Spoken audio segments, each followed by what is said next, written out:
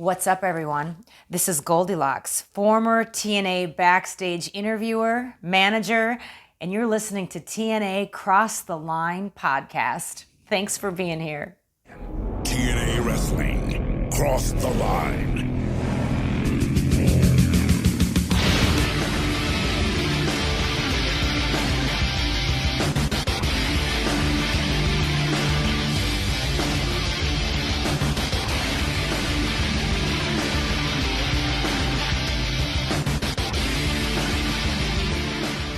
And we're back with episode 126 of the TNA Cross the Line podcast. I am Colling Jr. With me, as always, is Dallas Gridley. And Dallas, we have made it. We have made it to the date with fate. The Swanton versus the Stroke. Hardy versus Jarrett. Man. I don't know what other taglines there are, but those are the main three. It's the final weekly pay-per-view in Nashville, Tennessee at the Asylum. Dallas, I can't believe we've made it. How excited are you to get out of Nashville? Holy shit. I can't believe this. I'm dropping my pen I'm holding. I don't know why I'm holding a pen. I'm just so excited to finally get through the show. Bob, 126 episodes. Okay. That's a lot of fucking episodes. Yeah. And a majority of those have been 2-hour-long weekly pay-per-views. Every single week, you and I have sat down, sometimes multiple times a week, to get through these 2-hour shows. And we're not gonna do a coverall of the Asylum. We're gonna do a yearly review at the end of the year. But what a journey it has been to finally get to this point, to be able to just cover Impact. I can't wait. This is crazy to me. We finally did this. September 8th. Yeah, it sure, at some points, it felt like a struggle to arrive to our destination. Episode 3, baby. Whew. Yeah. But we've made it. It's been quite a whirlwind. Things have changed, I would say, quite a bit. Oh, my since, God. It's June crazy. 2002. But it would appear that TNA at this point is on the upward swing, I guess you could say. Absolutely. You'd hope so after, this is pay-per-view number 111. Now, if you guys are wondering, no, you didn't cover all. Yeah, it's because Bob didn't want to watch week 12, which was a clip show with some interviews. Okay, I know. Yeah, but who would want to watch a clip show? I made you and Austin one time pretty much watch a clip/recap show on Raw. You did. That had one featured match, and you guys didn't realize it until about 23 minutes in. You guys were like, wait a minute. That was pretty funny, actually. Yeah, that was good shit. But we had to watch it for the one exclusive match. So which made sense. It was like the week before WrestleMania 11. I was like, we have to watch it. Yeah. And unfortunately, the TNA one literally was just interviews, which we recapped on the show after anyways. So yeah. I watched it in my own time and recapped it. But and there was other shows, but they didn't count in their weekly number. So we don't have to count those. And in fact, I believe they actually air a few more specials, like Best of the X Division and stuff like that, after this pay-per-view, which I'm sure they're going to actually bring up on Impact coming up. So they do continue a couple more shows, but they're simply quick clip shows. I don't even think they have hosts to them or anything like that. I think they just have matches. But Bob, we are in for a treat tonight. There's some pretty good stuff. I'm really looking forward to this. We pretty much know everything on the card, as far as I recall. We have the X Division Dominance Tag Team Battle Royal. I believe there's like 6 teams or something like that. Because Michael Shane and Frankie Kazarian believe that they are the best tag team in the X Division, and they're going to have the chance to prove that here tonight. Also, Desire, Eric Watts, and Sonny Siaki taking on Abyss, Alex Shelley, and Goldy Locks. We're finally going to wrap up that story, I believe, on this final show before we hit the just to the Impact Zone. I think that's going to be... Do you think that Goldy Locks is actually going to get physically involved or no? Maybe a cat fight with Desire. I'm not expecting what you'd want, right? I feel like you would expect like her to choke slam. A Yes. Black Hole Slam, even. Right. It's kind of like what is a good fucking example? I'll say, I'll give you. I mean, it's not a match, so it's a little different. But like the Dixie Carter storyline with Bully Ray, they did. That's a perfect example. For like weeks, they teased, I'm gonna put you through a table, and it was like, oh my god. And it's like, is it gonna happen? And then I remember when they did that, it was like they showed it on the preview for the episode. Yeah. Like it happens, and it was like, oh my god, you have to watch the show to see it happen. And damn it. But I'm opposite on that, because I do remember that was the New York shows, right? Yes, and right. So I remember watching Impact around that time. Still, like I would tune in and out, but I knew when they went to the New York shows that they would be like, those are probably going to be big shows because it's New York. You got to fucking. And they were good. It was a great venue. Yeah, and the venue was good, and I feel like I remember seeing that. And then I was like, well, that's probably not going to be till the end of the show. And like, I can see that it happens. I don't need to watch it. Oh, see, for me, and well, because I think they did it more like a tease, like he had her up, ready to go, and maybe but even there's jumping. nobody there to fucking stop it. Well, right. So okay, they're here. He's already 3/4 of the way with the move. Oh yeah. I feel like when you see it going down, unless somebody moved the table, I mean, which wouldn't be great either. No, right. So you're kind of bait and switch. That was good shit though. And you know what? Dixie Carter took that shit like a champ. Bully protected her very well, and for a non-wrestler, holy shit, really good stuff. Yeah. So yeah, I don't think we're gonna get that kind of blow off, but I am curious if Goldy Locks and team loses. I think they're going to. Where does that leave Goldy Locks? Is she just gonna manage Alex Shelley at that point? But then, if we're kind of gonna disband that whole thing, does she kind of do somewhere else? Maybe do they decide, okay, maybe we want her to be an interviewer again in the Impact Zone with Shane Douglas or something? I don't know. I'm curious where does this lead Goldilocks? Because I'm pretty sure she's around a little bit longer at least. So I think we have some time left with her. Yeah, I don't know if she makes it much further. I don't think so either. I don't think it's much further at all, actually. Yeah, I don't think it's much longer. We do have another. Actually, I'm really excited about this. Speaking of tables, it's that best 2 out of 3 falls tables match with Kid Kash and AJ Styles. So I don't know if we knew it was 2 out of 3 falls. I think we did. No, I think we did. Well, he said a tables match. I don't know if it was 2 out of 3 though. No, I think they did tell us that. I don't know. Either way, it is 2 out of 3. Okay. Well, I think they did, but if they didn't, it doesn't matter, dude. It's been almost 20 years. Let's go. I who cares? I like to go into these shows like we think. Dusty Rhodes is going to face Scott D'Amore, and the special referee is Vince Russo. It's there. Hopefully, it's less than 5 minutes. I really hope it's not long, but I feel like that might, even if it is 5 minutes, it might still feel like it was on for 15. Right. Now, Bob, I'm kind of having a fuzzy memory about our tag team title situation. I believe it is supposed to be a 3-way tag team title match. Am I correct about that? No. So my understanding is that it would be 2 title defenses. So the Naturals would fight. Oh, wait, we already saw the 3-way, right? Right. So you're right. 2 title defenses. Tonight would be they're defending it 2 times, once against AMW and then the other time against Triple X. I'm assuming that if they were to lose it, let's say it's the Naturals against Triple X and Triple X were to win, they would then defend against AMW. Similar to WrestleMania 10, Brett and Yoko and Luger and whatever. So yeah, so we'll see how that goes tonight. And then, of course, the date with Fate.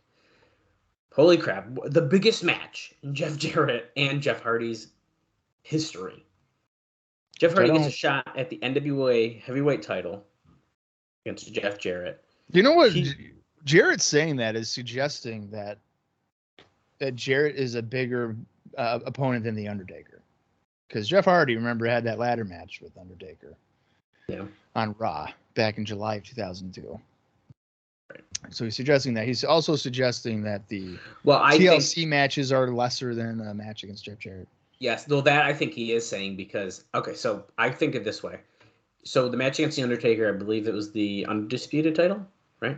Yes. Okay. Yep.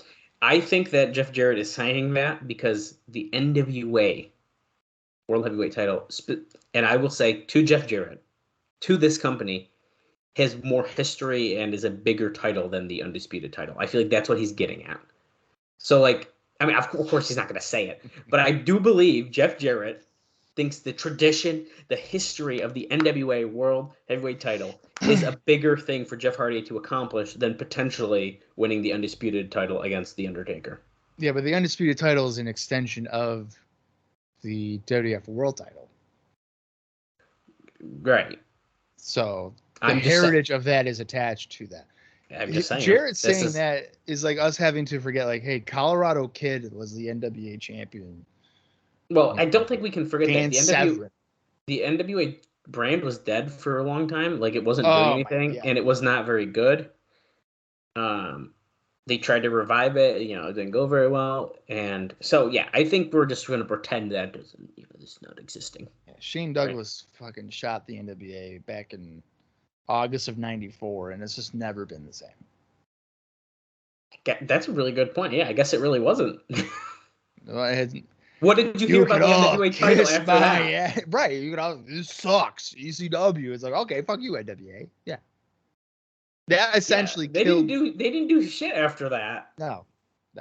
And then of course they try to bring it back on like Raw or whatever, and like I haven't seen a ton of that, but like what I have, it's brutal. That is not good. That was pretty much a hey, Jim Cornette, will you stop yelling at us? Okay, we'll do this and show you that it does not work. And it was bad. And it did not work. Yeah. And then of course TNA brought it back, and I do think it's kind of, you know, helped at least the title. Of course, now we've strayed away from this is the last time I may ever write NWA-TNA on anything. So, excuse me, I had Lance on Twitter. I saw this discussion. Yeah, I think this is a very interesting topic. So I think, and even in my reviews for WrestlingRecaps.com, I identify it as NWA-TNA until they stop using the NWA World title. And I think that's appropriate. However, they address themselves, they have for months at this point, as simply TNA Wrestling. Yeah, but what's the championship? What is the main thing they're fighting? NWA title, and I agree with you. So the company is TNA, but they're essentially licensing out their titles to the NWA. So that's why I feel like you have to say NWA-TNA. Because they're fighting for NWA titles. Right. They're licensing out the titles, but I feel like which yes, in turn is doing the name, but they've kind of strayed away from that a little. So it almost makes me think they're not necessarily licensing out the name anymore, just the titles, which of course have the name. I think if you're fighting for essentially a different promotion's titles, aside from X Division, because it's not the NWA-TNA X Division, that is the TNA X Division Championship. Because that's something they created, TNA itself. And so they originally referred to it as the TNA or the NWA X title. Yeah, but that didn't exist before.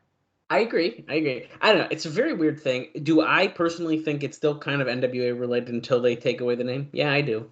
But they refer to it in a certain way, so going forward, it saves me 4 characters on Twitter post, so I'm taking it off.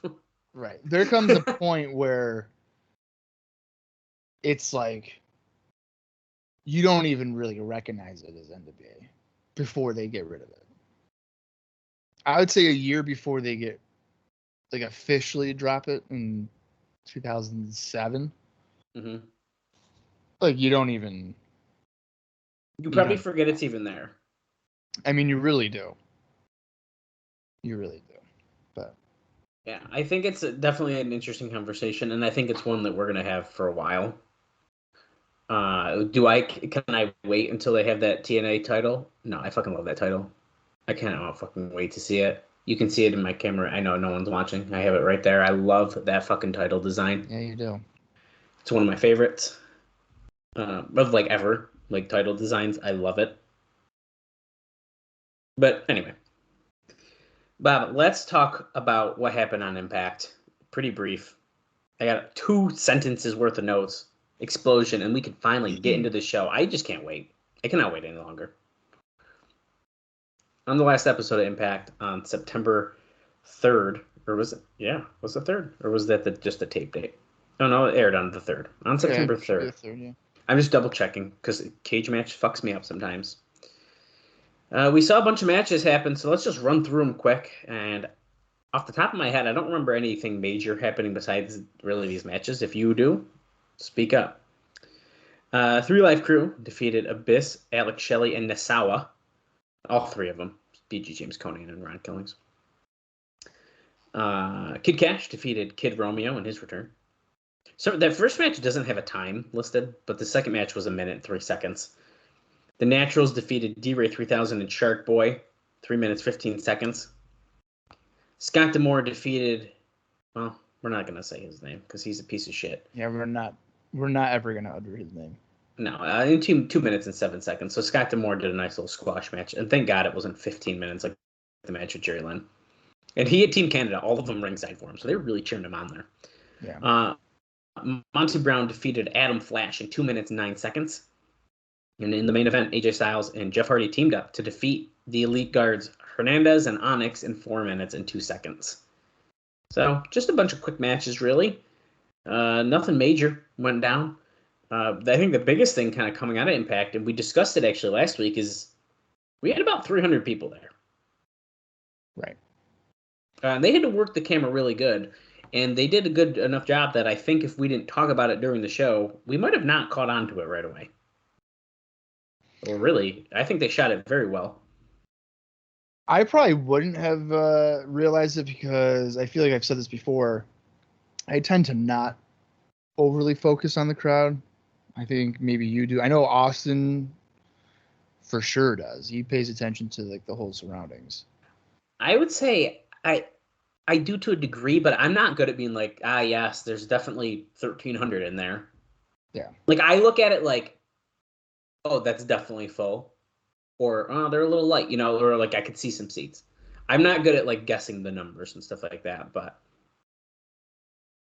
yeah, I mean, this once again, they shot it so well. It's studio wrestling, and using the soundstage in Universal is definitely working to their advantage here.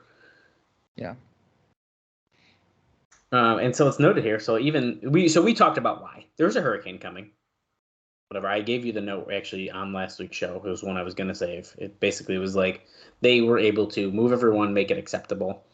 And basically they're saying that those people who came out when there was a hurricane coming are the most hardcore of hardcore fans. And essentially they should treat those people like gold because they still came out there to see the show. So there's another note here about this, that TV the next night in Orlando. This is about last episode of Impact. Was a series of question marks due to Hurricane Francis. Everyone got in, but during the afternoon, they were afraid no fans were going to come. It was discussed doing an all-interview show and canceling the taping. So there's a chance that we would have literally just watched interviews last week. They ended up getting about 300 there, placed them all in front of the camera, and it didn't look too bad on TV. It was so bad that the usual 30-minute bus trip from the airport to Universal took 2.5 hours due to traffic bumper to bumper, the likes of which we're told you wouldn't believe unless you were there. They did close the airport the next day, but everyone did end up getting out of town. So it was pretty intense. 2.5 hours on a half-hour drive. I can hear Bob now. Dude, we're never fucking gonna get there. This is fucking stupid. We should just turn around, go home. I can hear it now. I would have been so mad. It's just like when I thought it was a good idea to get to MCO in Orlando 30 minutes before our flight. Maybe it was 40. And we get there and Bob was immediately angry at me. Like, dude, we're going to fucking miss the flight. And I was like, then we get another one. Yeah, so, yeah, no big deal.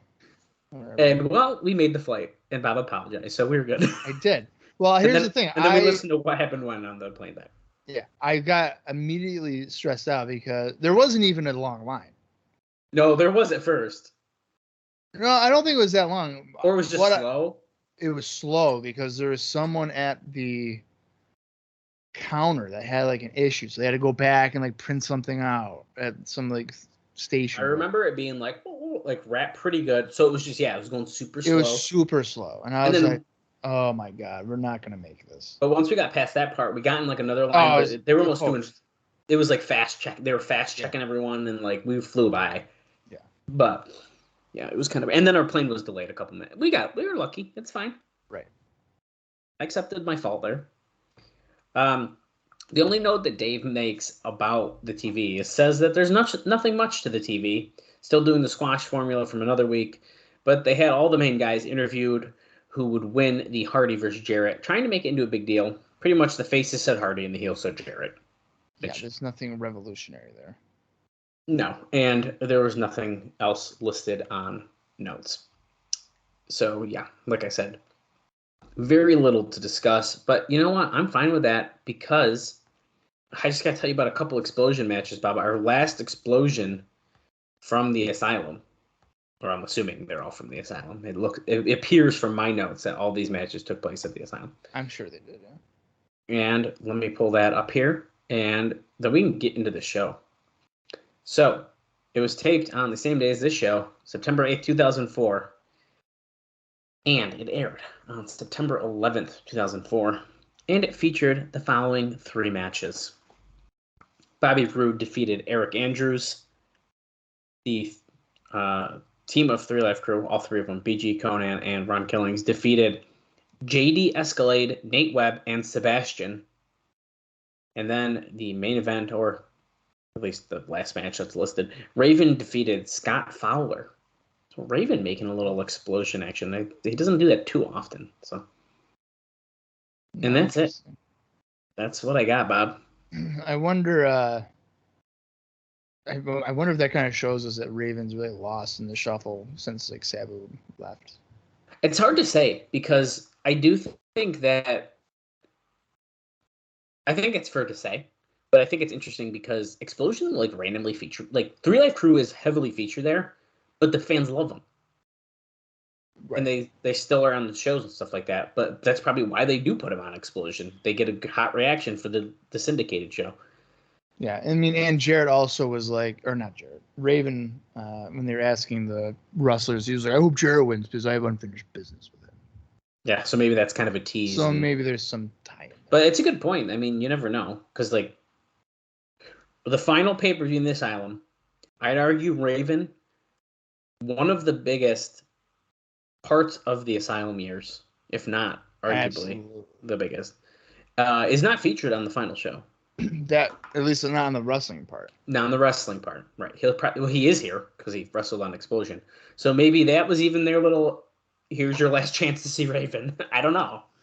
Do you think that during the main event we're gonna see like a bunch of wrestlers in the crowd or Bob rafters being like, "Who's gonna win?" And they're just gonna. All I'm gonna say about that is it is a Jeff Jarrett title match. You know exactly. In fact, you got any alcohol? Because we could definitely play a game right now if you'd like to. I do have Tito's, but I'm not. I really don't want to get drunk on the last show before 11 a.m. recording time. Well, yeah, you get pretty fucked up in that match because you could do run-ins, double downs, crowd fighting, title shots, title hits. And dude, we could do a whole thing.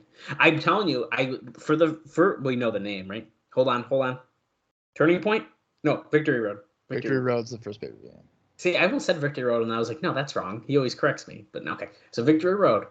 I want to make a bingo. I don't want anyone to hold me to this, but I really want to do this. You can post on Twitter, and you can play bingo with us, and we can play fucking Victory Road bingo, and I guarantee you're going to fill that fucking board. It's coverall, baby, and you got to cover it. Okay, I'm done blabbering. You know what? Here's the thing. That's not a bad idea because I think I've mentioned this before, but if you go to ddtdigest.com, where I provided some reviews for the website back in like high school, there is, and I'm looking at it right now. I've been on this site, yeah. There is, where is it at? Is this what I want? Yeah. So this is where's the fucking game? Drinking games. Here we go. They have them on here? Yeah, so if you go to like the other archives, it's right. So there's like the W. This would be, dude. We should do this. You go to the DDT Digest archives. Okay, so you see how it says. So if you are on the main page, it says show reports, right? You scroll down and it says other stuff. You go to the DDT Digest archives. Yeah. Okay. You scroll down to drinking games, and there's man. WCW Drink Game 2000 edition, the Russo era. There is a pretty substantial list of things here. Whoa. And now, mind you, this is written in 2000. So this is not like, it was. Oh, yeah. So it's like, this isn't a matter of like, we're going to write this in 2018 or something. No, this was written in that era. And, dude. I would read all this, but this is a lot to do this right this second. Yeah. But I would totally fucking do it. I'm gonna read one because it's a TNA guy. It says, drink every time Scott Hudson refers to the suits at AOL Time Warner. Drink twice if he refers to them as mucky mucks. Oh my god. I also really like, dude, my eye went right to it. Where did it just go? I lost it because I was reading that one. Ah, shit. Oh, during a Nash offensive streak, recite the alphabet. If you get all the way through it, in between two of his moves, drink. Also drink every time he stalls by brushing his hair out of his face. That's great. Here's one. You know what? I would get drunk probably by the first quarter hour. Drink once for every blow to the groin. Oh yeah. There's a lot of that in 2000. I'll tell you. You're way done, dude. Wow, this is awesome. I'm so glad you showed me this. I do not drink alcohol, but I could do this with if I did this with soda, I'd be feeling pretty fucked up. This is funny. At the end here, it says, for the designated driver, drink on the 3-week anniversary of every title reign.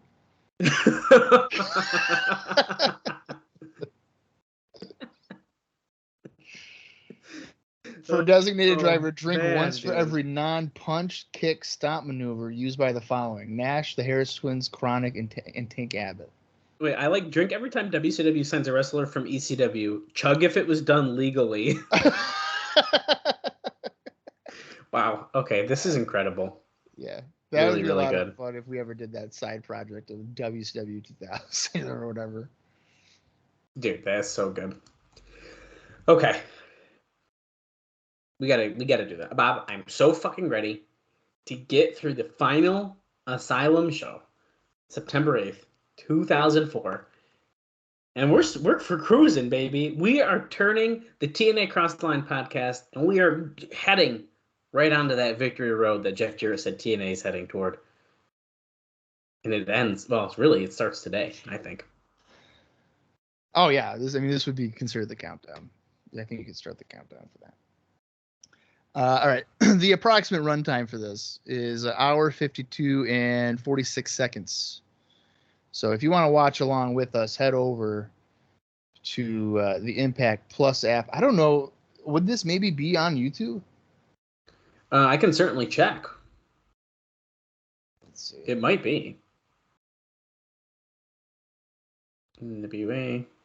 I don't think the full show is. It just looks like it's reviews from other podcasts.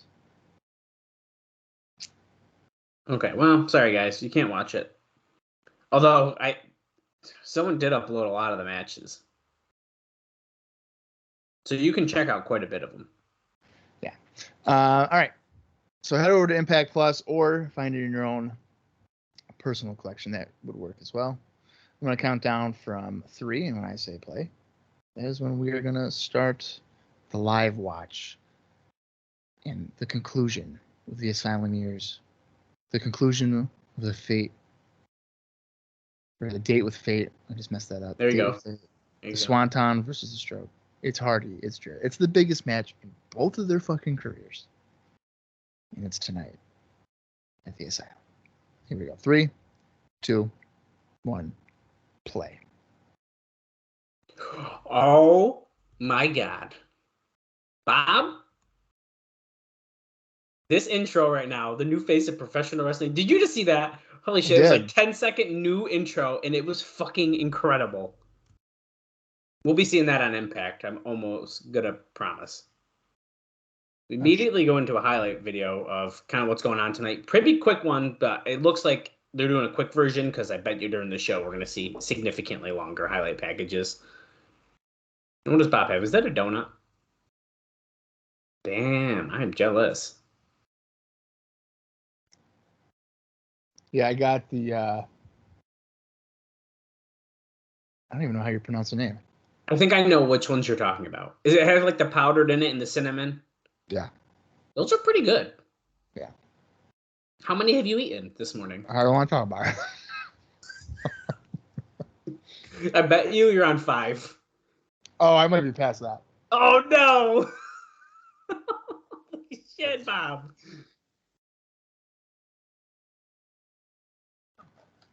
This is 6. Wow, that's impressive. I have 6 more. They'll be gone before the end of the show. Probably. I don't know. Well, we're continuing through that the highlight package here. I'll accept it, dude.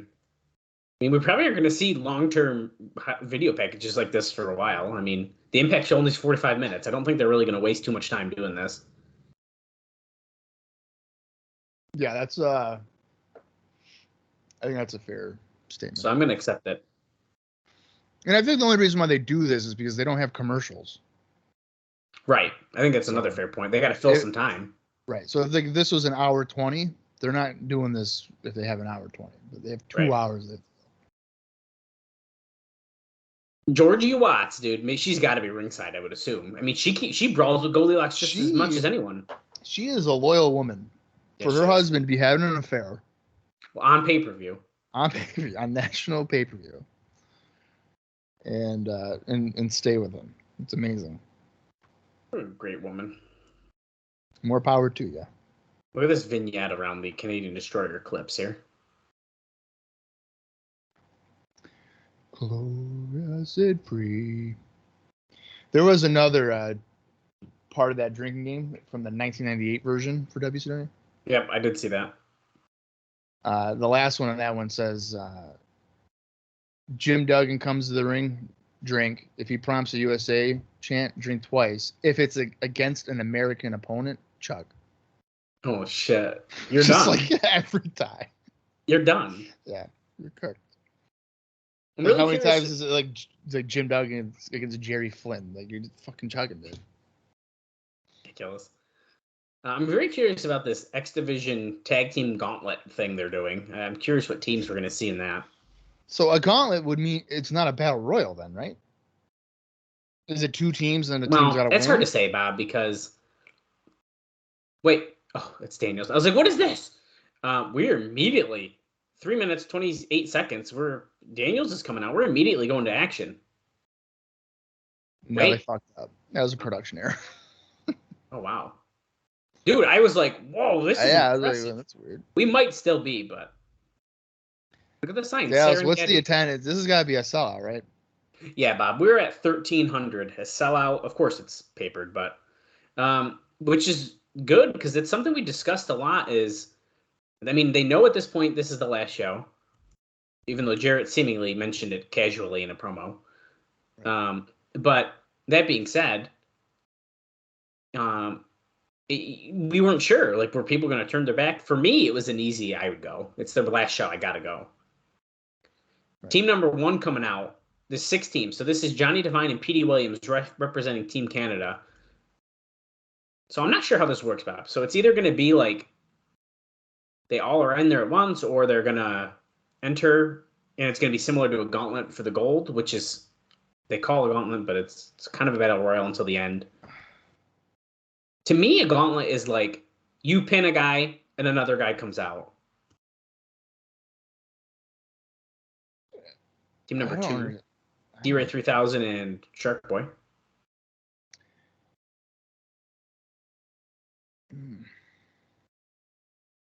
I guess we'll find out here in a minute if it's... Yeah. I'm going to be honest with you, Bob. Oh, here comes another team. So it's got to be everybody. It's got to be more of a battle royal style. Right. Frankie Kazarian, Michael Shane. I call them the coolest team in the world, but that's not actually their name, I don't think. Okay, so just looking at this right now, right here, okay, to me, these guys are stars. These two right here. Yeah. Yeah. That has grown on me, that stupid vest thing. Dude, I'm telling you, me too. It's you liked it grown. before I did, but I like it a lot more now. I thought, I dude, think the it first fits week him I was like, perfect. get rid of that. But no, it does. I don't know if Kazarian needs that jacket. I don't love the jacket on Kazarian. I don't think that fits, but the Shane thing is just like, come on. And he just unhooks it. It's like, why even wear it, dude? You're not even, it covers nothing. Is that Delirious? What and the Sanjay fuck? Dutt? Whoa. I thought he was with Puppet at first, like a little person, because he was on his knees. I didn't know. Puppet. I'm surprised that Delirious is in this. Yeah, that was impressive, or not impressive. Yeah, he has absolutely surprising. zero impact here. No pun intended, but he has no. Right. Here is Mr. 630, Jerrelle Clark, and Mikey Batts. They have a win over the tag team champions, so they definitely deserve to be in this. They do. Not a bad tag team. TNA just mentions that. They have a win over them. Team number 6. This is our last team. Amazing Red, Chris Sabin. Dude, I gotta say, so I haven't watched the match yet. This is obviously a month old, as I'm saying this. Alex Shelley and Josh Alexander had a match at Emergence recently. And the impact right before. So I've not watched Emergence just yet. I haven't had time. But Alex Shelley cut a promo with Josh Alexander, like on a contract signing. Dude, that dude is fucking great. I knew it anyway, but the promo was awesome. Because they basically built it up like Josh Alexander has been a fan of Shelley's for years and all this stuff. And it's because Shelley's been there, obviously, as we've seen since 2004. Right. And basically, the end of it, he calls Josh Alexander Alex Shelley Mark or a fan or whatever, and then he signs the contract and goes, "There's your autograph." And like the way he cut the promo, it was so good. Oh, P.D. Williams out already. Whoa, Sabin eliminated him with like a head scissor. That I did not expect. I see an X Division title match in his future. Oh, for sure. So it's not okay. So it's not a matter of one person from your team eliminated. You're both gone. You both have to be eliminated. Right. And as you guys would expect, there's a lot of throwing bows with the boys right now, and trying to get people eliminated. So. Oh, DDT by Sabin to Divine turns him inside out with a clothesline. DSD by Shark Boy there on Delirious, and there he goes. I would have thought Delirious would be with like Shark Boy more than Sanjay Dutt. Well, he's stuck with D-Ray. I know he's with D-Ray, but I'm saying like if that wasn't the situation. That'd be a fun pairing. Shark Boy and Delirious. Do you like Delirious? That's a really tough question. There was D-Ray's gone by Kazarian. There was a period of time where I did enjoy the character. But then I think I grew old of it because he didn't really change it at any point. So if I had to say like right now, I would not be inclined to watch a Delirious match. Is he supposed to be more of a comedy wrestler? Like, has he always been like goofy? No, because I feel like that's kind of where it went to. So yeah, I think initially it was more comedic. There was a period of time. Oh, Sabin. Sabin. Essentially a monkey flip over the top by Kazarian. Yeah. There was a period of time where he was more of a darker character. I believe that was when he was with the Age of the Fall. Okay, that makes sense. That was a lot more like that. But then he became also more of like a sympathetic character with like Daisy Hayes. But for the most part, I would say, yeah, it's more of a comedic. A lot of my Delirious, like what I've seen of him was at 2CW. Okay. Because he came a couple times, so yeah. I don't know. Oh my God! Mikey Batts suplex to the floor by Michael Shane stayed on the apron, but he like landed on his leg and definitely could have snapped his ankle. But he didn't, I don't think. Yeah, that was a dangerous suplex. I think my issue with Delirious, well, not issue, but like my maybe reason as to why I'm not usually overly excited is because, I reviewed my fair share of independent wrestling shows, most notably like IWA Mid-South and stuff.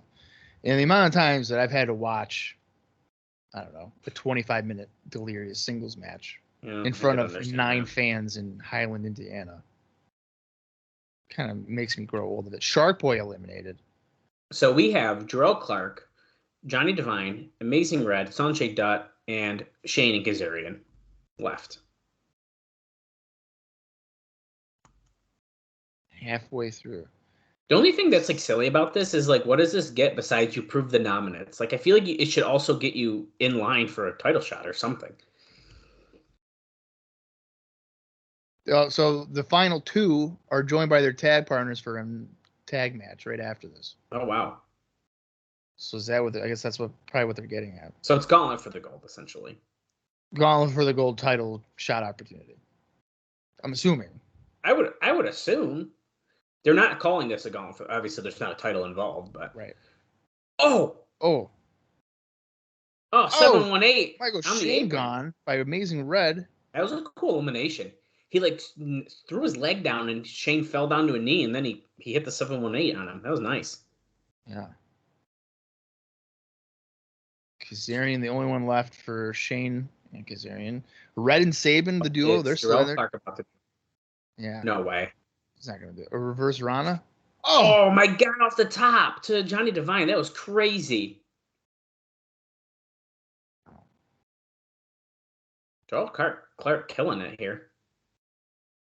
Oh, Kazarian down. Is he about to get it with the 718? No, he ducks, and Red kind of got caught up in the rope. Sweep the leg.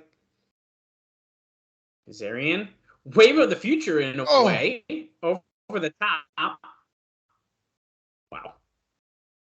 Oh, Divine backflip. Drop kicks the back of Jerrelle Clark into the corner. Stretching him out as Dutt and Kazarian are going at it. Okay, well, I don't think Sanjay Dutt and Delirious are going to be. Absolutely not. Oh. Team Canada almost feels like the obvious to me, right? Team Canada in like Kazarian and Michael Shane. You're going to do 2 heels? That's a really good point. I mean, you could though. I mean, huge elbow drop by Sanjay Dutt. I mean, yeah, that's a great point. As we noted, Jerrelle and Mikey Batts, they do have a win over the tag champs. Maybe there is a kind of a push for them. Maybe they'll end up being in the finals of this.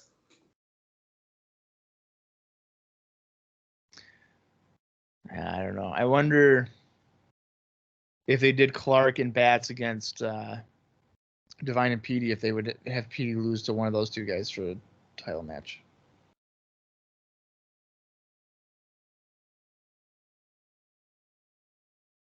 Incredible. Is this kind of for? I mean, it says X Division dominance match, but not towards the X Division title, is it? No, I think it's seriously just to prove. Dutt. Oh, he gets caught. Hold on, by Johnny Devine and Kazarian. Oh, dude, slammed on the floor. I think this is really just because Kazarian and Michael Shane said, "Hey, we are the best tag team in the X Division." Oh, Johnny Devine out. Kazarian and Jerrelle Clark are the final. So here comes Michael Shane. Wait, Michael Shane's not supposed to be back in there yet, dude. Oh, okay. So Don West, that's his fault. I think he probably meant that because they didn't like restart essentially to start the final match. But well, he did illegally enter the ring, so he's right. He did.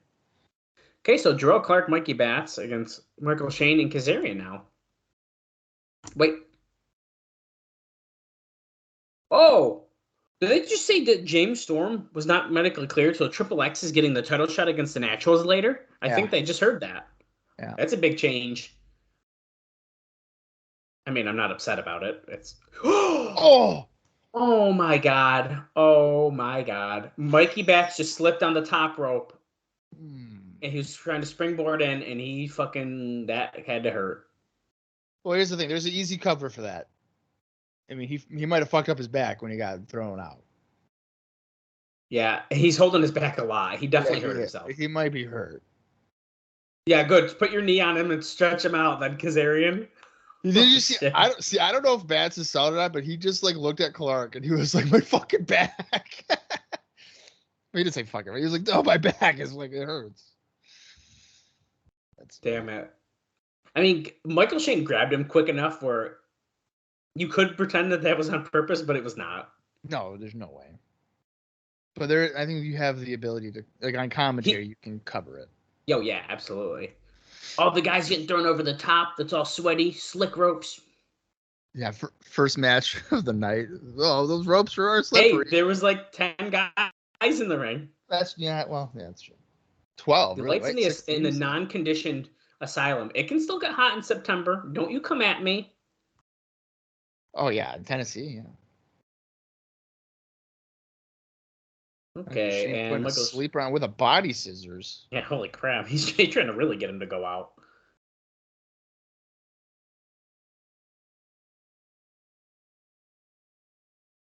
Can Mikey Bats get to Jerrelle Clark? I'm gonna assume not right now. Elbow and free, comes off the ropes, runs into a drop kick. Michael Shane playing to the crowd, and he's gonna deck Jerrelle Clark because why not? Come on. Backbreaker. Kazarian with a top rope leg drop. That was dangerous. He was up in the lights. Well, the ceiling's not super high in the asylum. Let's guys remember that. Gut wrench suplex. Well, slam, I guess. It's only a 2 count though for Kazarian.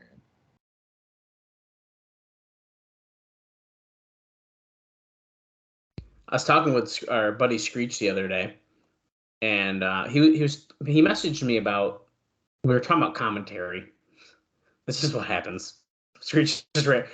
He's like, yeah, Jerry Lawler said some good stuff or something, and I was like, but he was like, yeah, I really like Heenan or whatever, and I was telling him like I really think my favorite duo is Mike Tenay and Don West. Like I really enjoy them together. Yeah. And he's like, well, when did they do it? And I was like, let's see. 2002 to like, I think they almost dipped into 2010, right? And then they switched it. Or is it like late 2009? I think it's like late 2009. Or whatever. And he was like, oh, I definitely heard it then. I was like, yeah. Like it was almost the entire time. Yeah. My favorite Don West thing is when he like turns heel on Tenay. I just watched that like a few months ago, and I don't remember that happening when it happened, but I was like, this is so weird. Well, springboard moonsault by Jerrelle. That's kind of cool.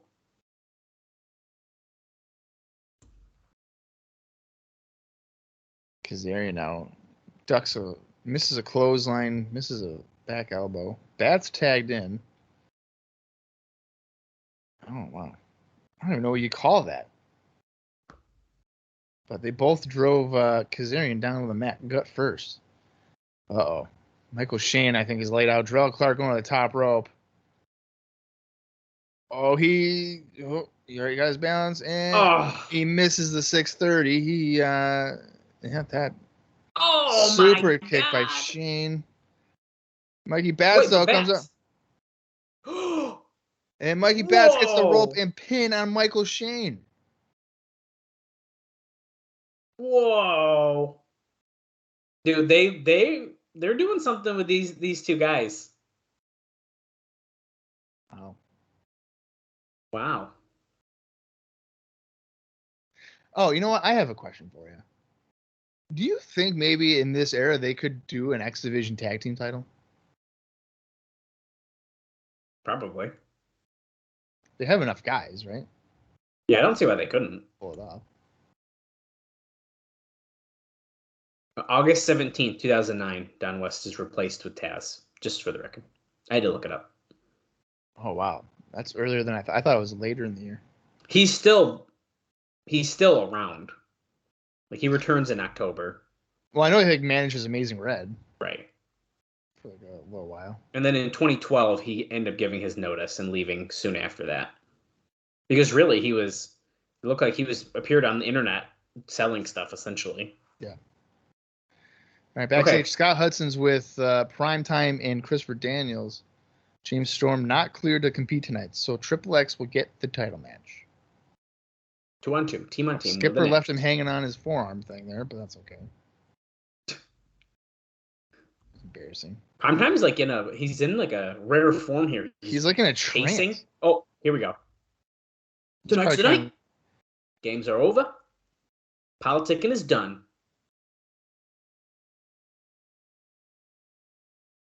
More to your A game tonight. Wait a minute. His voice is deeper we're than rated usual. X.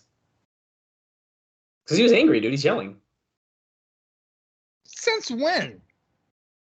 Right His then? voice has never been that low before. Oh, stop it. It's usually higher than that. That's weird. We were worrying about bragging rights with America's Most Wanted, and we forgot about the tag team champions. They come back to the best tag team in the world. And NWA, when we're champions, and when James Storm is 100%, we're going to go round and round one more time. We'll settle the issue between us. Oh, fuck.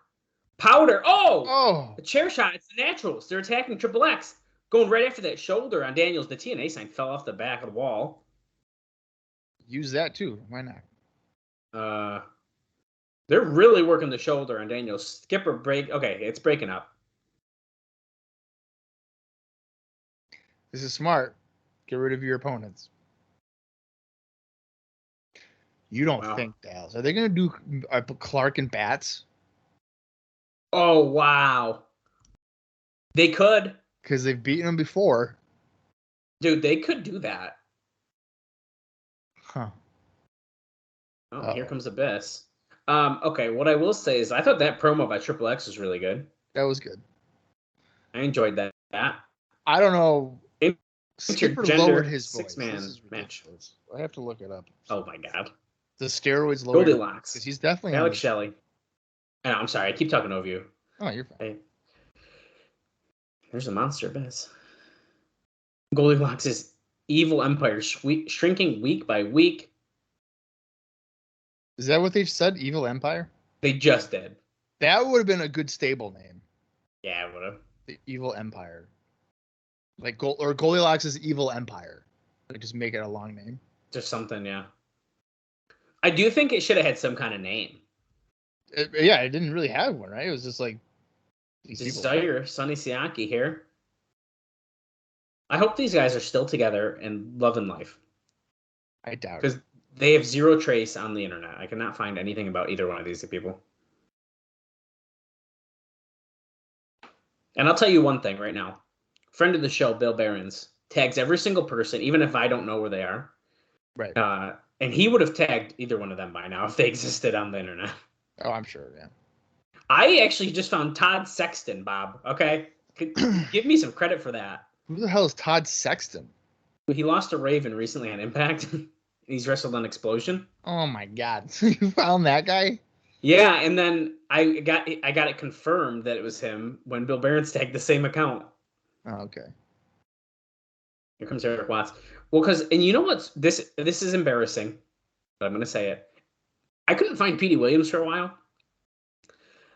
I'm almost wondering though, is if he deactivated his account for a little bit and now he's back.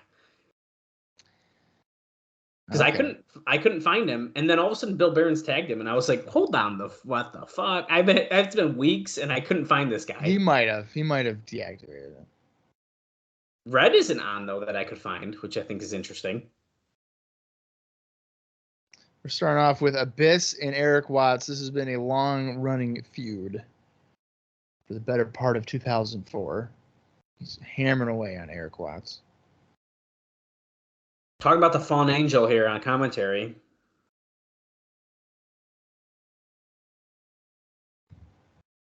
Okay, we haven't heard anything yet, it sounds like, but Sure, we'll have some updates too. What is Eric Watts doing? Eric Watts ran the wrong way on the duck under there. Instead of going to the right, he decided to go left, and then he lost his footing. Oh, big boot to the chest by Eric Watts to drop Abyss. So, Dallas, you were saying that 3 Live Crew is seen as like the top babyface. That's what's reported, and I do feel like the reaction they get is pretty positive. But would you say Eric Watts is probably like second or third? In the Asylum, dude, that very well could be. That's so bizarre. Abyss got taken over the double suplex, but he kicks out at one, brother. Do you remember when Eric Watts came in? It was NWA's Next Generation with David Flair, Brian Lawler. Yep. And he was going to essentially kill Jeff Jarrett. Yeah, and then he did it, and then he was just like, I could do it. You see what I did here? But I'm not. Okay. Thanks, Eric. That feels like a lifetime ago, dude. Sonny Siaki, Alex Shelley here. Yeah. With the amount of stuff that we've seen, that was like just last year. That feels like that was 5 years ago. So crazy. That's crazy. But you know what? I guess that's what you have to do on pay-per-view. You gotta just throw everything out there. That storyline, the Next Generation thing, if that was on regular TV, that would have lasted months. It lasted literally like 3 weeks, I think. 3 weeks. Yeah, it was like over. Oh, Eric Watts going off the ropes, but Abyss pulls down the top, so he fell out of the ring. Oh, boy. I don't think Eric Watts... Oh, here he is. He's wearing the DOA pants still. A bigger hole in the knee, though, so you can see his knee pad hanging out. But I'm a fan of Techno Team 2000, but... You're literally the only one. My favorite Eric Watts memory, there's 2 of them. One time I was watching a random Thunder, and he came out wearing like all yellow, and he had like sunglasses on. And I was like, that guy's dope.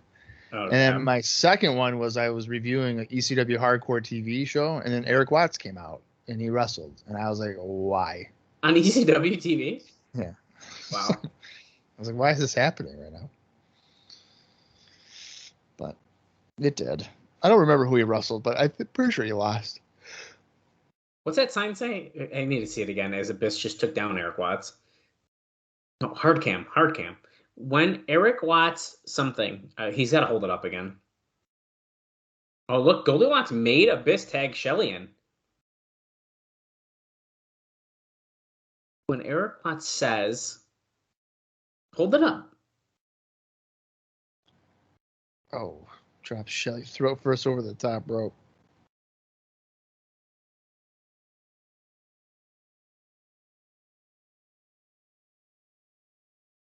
Siaki wants the tag. Goldy Locks does not look like she wants the tag.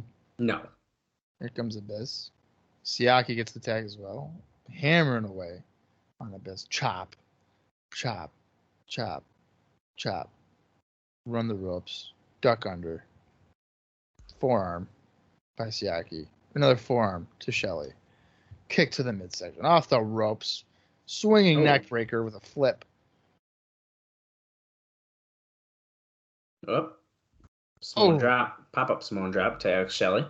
Siaki absolutely would be the type of guy that would wrestle at a flea market and people would be convinced it was The Rock if he dressed up as him. Yeah. Choke slams Sonny Siaki. Do you think that Sonny Siaki at this point right now in TNA could be essentially built back up to be like a top star? Anybody can be if you do it the right way. So yeah, I mean, you just have to find it. Oh, I think it could happen too. Look at Goldy Locks' face. She was going to pin Siaki, and he popped up. Goldy Locks told him tag her, as if she thought maybe Siaki was going to hit her. I don't know. Was like the tag her or like. I don't know, Dallas. You are chopping up pretty good. Look at him. Why telling this? What happened? Even just Shelley and Siaki going to the crowd. Abyss is like barely working for Watts right now.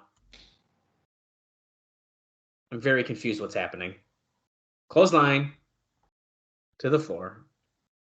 Goldy Locks grabbing the hair of Eric Watts, but Desire grabbing her. They're illegal, right? Yes, I believe the women are legal. Look at her, like, what is she doing? Pulling her hair still? Throwing her down. Remember, So this is what I Goldilocks expect, doesn't right? feel comfortable doing anything physical, so she's probably trying to figure out something to not be too physical. And we talked to her about that a bit too in our interview, which you can find in the archives, our first bonus episode where we talked to Goldy Locks. Yeah, Desire knows like she's fucked. And Abyss is grabbing Desire by the hair. Goldy Locks telling him what to do. What did he just say? Chokeslammer? Well, he's about to. Yeah. There's no way, right? Oh, Georgie. Abyss, no. Oh wait, she actually is saying Abyss, don't do that. And Abyss why is he gonna listen to her? Because he doesn't want to listen to Goldilocks. And it's another blonde woman who he's I was just controlled by say. sexually or whatever, right? Yeah. Physical abuse. Oh my god, huge slap to Abyss. That might be the turning point here for Abyss. Yep. Oh, he's got Goldie. Goldilocks. But he's got Desire still too. Grab Georgie. Bob. He's got Goldie. No way. He's picking her up. No way. No way. A breaker. Holy shit. What the fuck? I was not expecting. 1, 2, 3. What Goldilocks pinned by Desire after a backbreaker from Abyss. Holy shit. Look at the sign. The end. Wow. I've reviewed the show within the last year, and I didn't know that Goldilocks got a backbreaker. I was not expecting that. Wow. Okay. I mean, it's done, right? We're done. That's got to be it. Yeah. Scott D'Amore wearing the Bobby Roode jacket again here backstage. All of Team Canada being interviewed. Okay.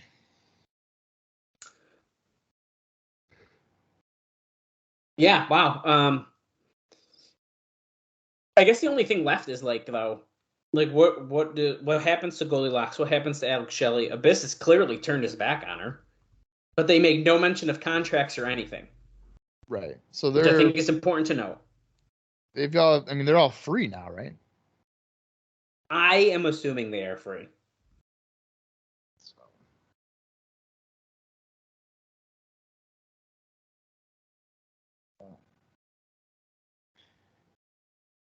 Team Canada. Yeah, he's glad that they just banned him. Him and Dusty 1-on-1.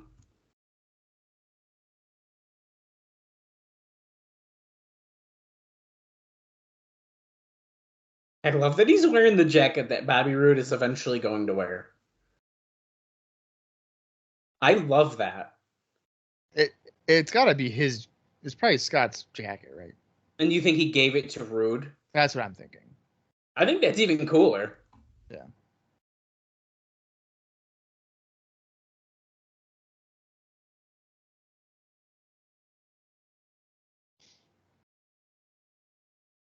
He's just talking shit about Dusty Rhodes in the U.S., which, 2022, it's fair. I wish I was in Canada, too. Yeah. That would probably be nice. You guys are right. Scott D'Amore, you were right back in 2004. Canada is the better country. Guys, if you're watching along, we're at 34 minutes, 16 seconds into the show. We're flying, though. I mean, we got... That first one was technically 2 matches, so we've gone through 3 matches, essentially. I'm assuming this next one won't be super long. The tables match, they could take 30 minutes, and I think I'd be okay with it. I mean, I don't know if I'm okay with a 30-minute match. Bob doesn't like long matches. Just because they're long matches doesn't mean that they're good. But Kid Kash and AJ Styles, come on. I mean, yeah. All right, Scott D'Amore. birthday. Great. Fantastic. Oh, we're going next with that.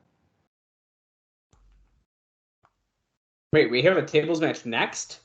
I figured it was D'Amore and Dusty. Okay. That's what I thought. Well, that sounds good. Well, I mean, I guess you need like a cool down match before Jarrett and Hardy, right? Yeah. I like the voiceover guy they use, by the way, now for these. Yeah.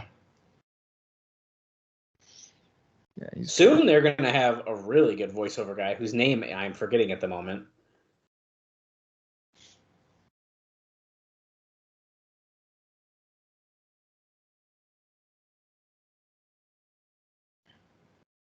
Jealousy. Oh, you know what? Fueled by anger. Speaking of Kid Kash, I was watching Rene Dupree podcast highlights. What in the world? It's actually pretty entertaining because Kid Kash was on one recently. And he kind of mentioned like TNA and how he's like, you know, there was a period of time where I made people's lives miserable because I didn't want to be in like TNA, for instance. Like, oh, wow. If I was miserable, I was going to make everybody else around me miserable until I was gone. So it's like kind of exactly what we were saying. Like he's just doing this to get himself fired. That's awesome. Because he does not want to be there. I'm thinking of Barry Scott, by the way. That's the voiceover. We use a clip of him in the intro to our show.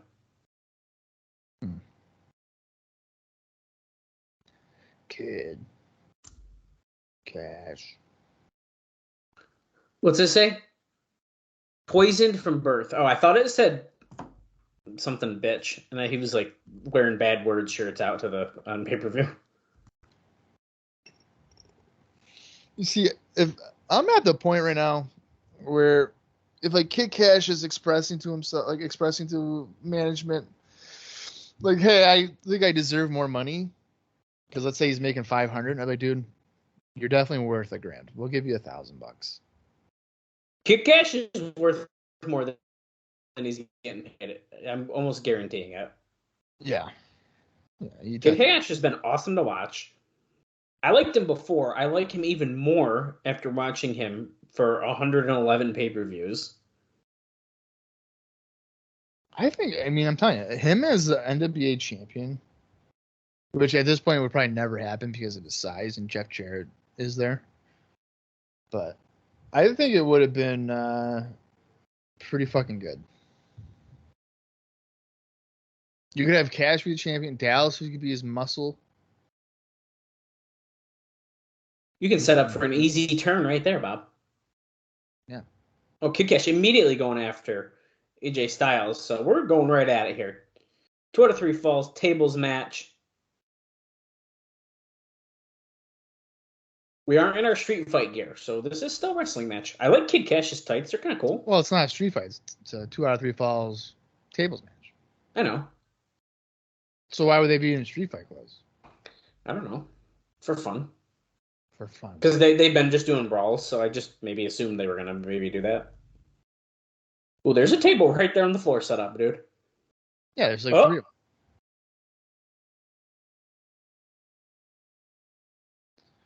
Once and for all. Oh, pushed off the top rope, so Styles is going to throw him over. Drop kick in the butt. Oh, he gets kicked to the apron. Styles on the apron. There's a table right there.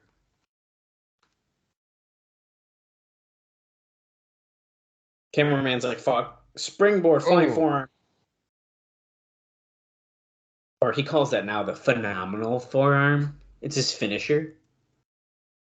Is it? He doesn't do the Clash anymore? No, he does, but he did the forearm for a long time in WWE. Oh, okay. That's when I don't think they wanted him to do the Styles Clash. Probably because it's like dangerous, right? It's only dangerous if you tuck your chin. Yeah, if you don't know how to do it. We almost saw a guy break his neck one time. That was fun. Live. Yeah. They're putting Daniels in a sling backstage, Bob. This is not looking good for him. Oh, drops Kid Kash onto the guardrail.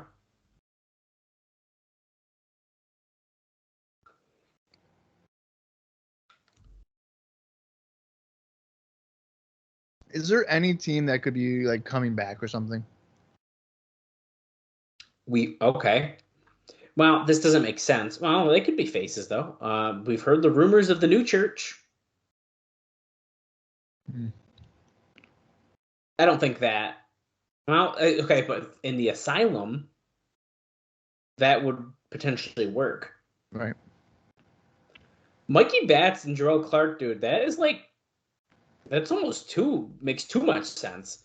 Ooh, That's what I'm Styles going to the apron. Oh my God, moonsault over the table, takes out Kid Kash right in for the announce desk. The Unbreakable, our final show, 111 pay-per-views, never once broken. If I think it makes sense, but I could see Sabisco or Russo, whatever, coming out. Maybe like Naturals, you think you got rid of all your challengers, but do I need to remind you that back on Impact a couple weeks ago, Clark and Batts beat you, and guess what? It would actually make it makes a lot of match, sense. Would you, if that happened, are you putting the titles on Clark and Batts? I'll be honest with you, I think I might. Just for like the moment, right? Yeah, the shock of them winning, they'll lose it in like an Impact or two. Maybe I would say on the next Impact, there's a lose up. Yeah, I'm fine with it. I think that's fine. I would have them lose it to Shane and Kazarian. Oh, shit. Okay, see, I like that already. It transitions it to a team we want to have it. Kash flipping off crowd members. There's a table in the ring now. Only one leg is up, though. I mean, it's only the Naturals. Like, they're not like a high-profile team. They've been good. Don't get me wrong. Well, and it's okay to, I feel like, to do that to heel teams, right? Right. I mean, yes. Now, if you did that to, like, America's Most... no. I mean, they took them pretty quick. The Naturals beat them in, like, 30 seconds, which was kind of crazy, but... Right. They also cheated. Right. I think they'd be okay. Oh, yeah.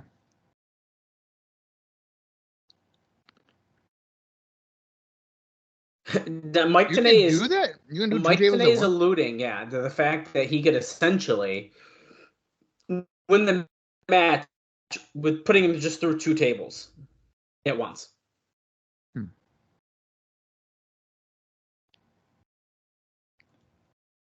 I didn't know you could do that.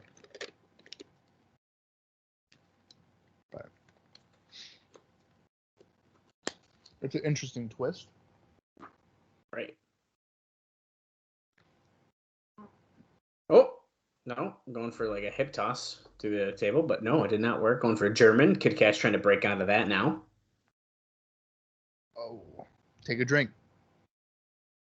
Kick to the groin. This is WCW 2000. Take a drink.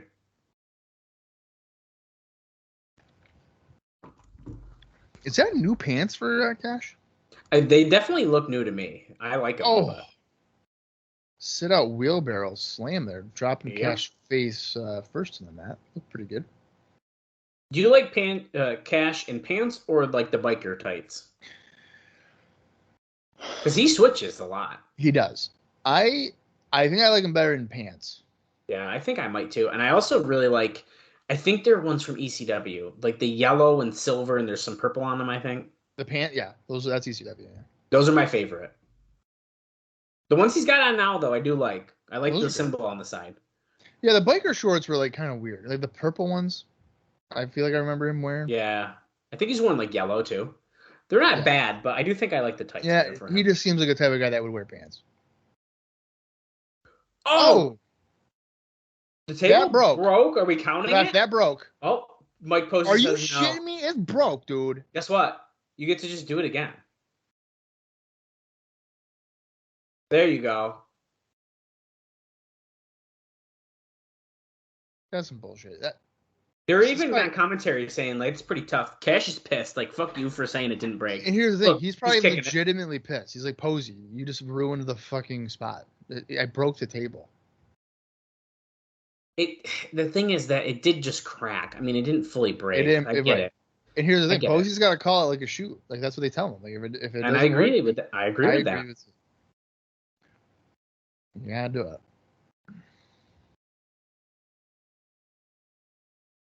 Did you just low blow him? Oh, you told him to look away to low blow him, even though it's a tables match. I think you can do that, yeah. Okay, so essentially, yeah, it's a sudden death situation for AJ. If he goes through one more table, he loses. Slamming Styles down with a suplex slam, I guess. He just threw him down from a suplex position. Cash is still going after the table. He just keeps smashing the table. Is he going to use one of the pieces? Oh, yeah, he is. I always like when they do this kind of stuff. Oh! Oh. No, I'm just kidding. Got kicked to the back by Styles. It's Segura to the back of the head.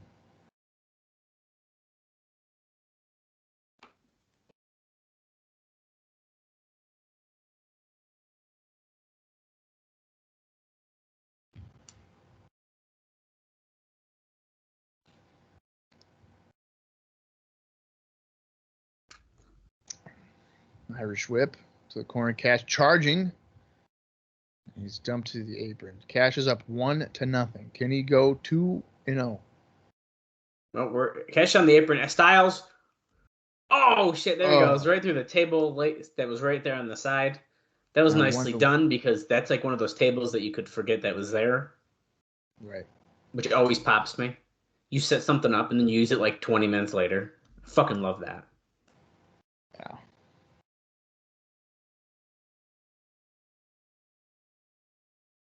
They're trying to say it's variation of the Pele to get him through. I'll take it, but it's not really what it was. It was a springboard kick. Okay, getting another table into the ring.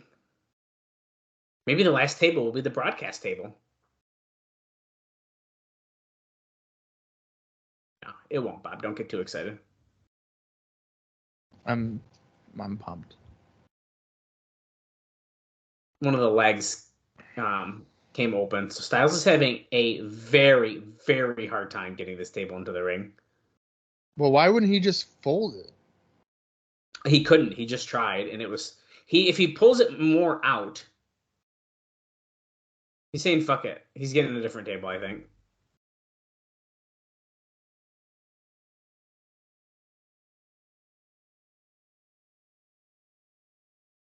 That's a good point.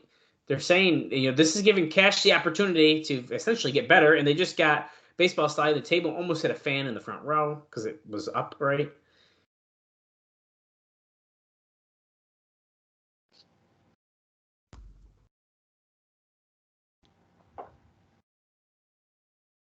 Now Cash is gonna. Oh, okay. I feel okay. So he's gonna proper. Well, no, he's not. That's the problem. Oh, I see. He knows. He knows. No, because he fucking unhooked. There we go. They if you just turn it upside down, then the legs don't open. You just put it in. Right. I'd be pissed to be the fans behind that table that's stuck on the ropes right there.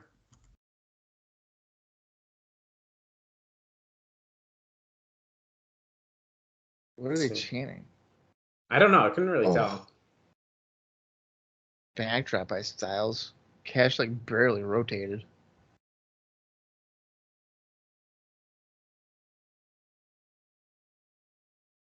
Duck under by Styles. Springboard. Reverse DDT. Nice.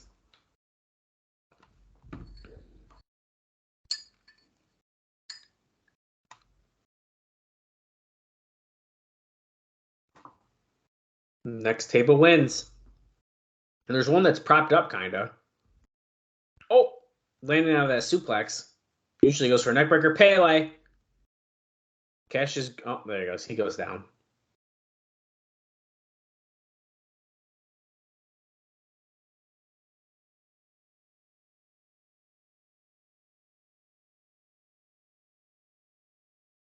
Okay, so Styles is now using the table that Kid Kash brought in.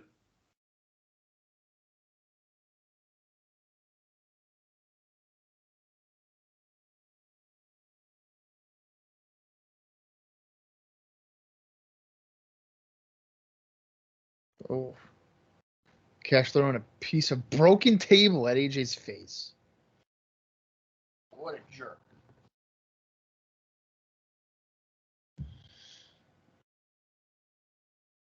Let's see what he's going to do.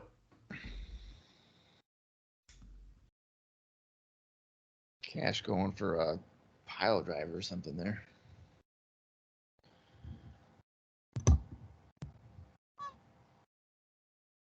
What do? You gotta figure out a way to put him through the table. Kash just ramming his back of his head into the. Okay, table set up right there, dude.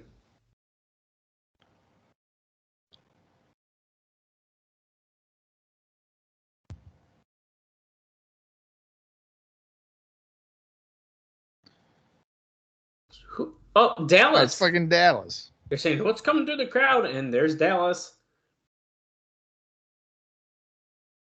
Oh, AJ Styles knocked him down. Oh, no. Oh, no. Is he high enough? Yeah, he is. Styles Clash through the table from the middle rope. That'll do it. I wasn't sure if he was high enough either at first, but that's the first time he put someone through a table with it, right? I don't think we've seen that yet.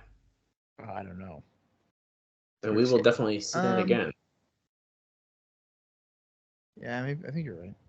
Dallas tries to go after Styles, but he gets out. I thought that was fun. I think Styles and Kash work very well together. Oh, look at that. Dallas accidentally hit Kid Kash. I thought I saw that, but I wasn't quite sure. Oh, P.D. Williams attacking AJ Styles from behind. Well, remember, AJ has said that he was coming for him. He threw him back in the ring to fight Dallas, essentially. He was coming to get his belt back.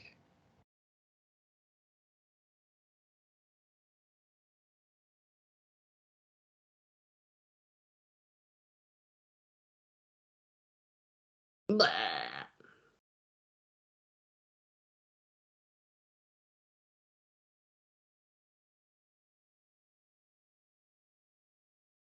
Oh, Petey's signaling for a Canadian Destroyer. Let's see.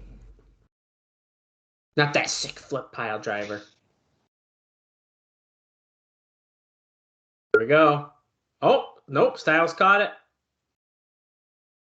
Oh, he does it again. No, he got it still. That was nice.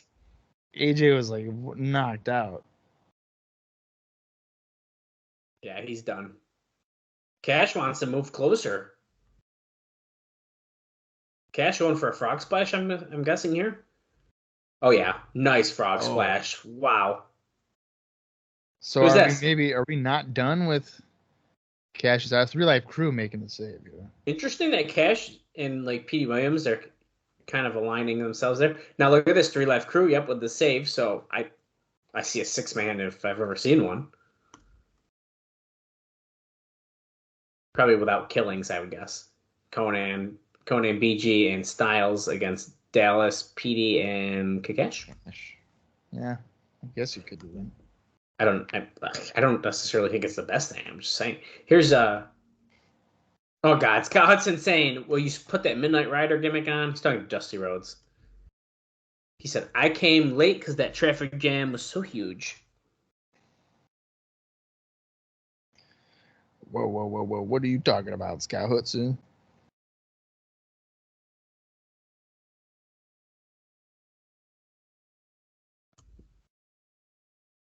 Dusty's saying his career was on the line. This could be the last time we see Dusty here in TNA. Why do I not believe that?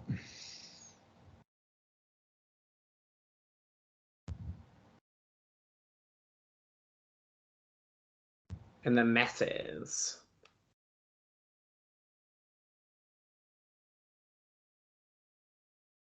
Bottom line is Jeff Hardy.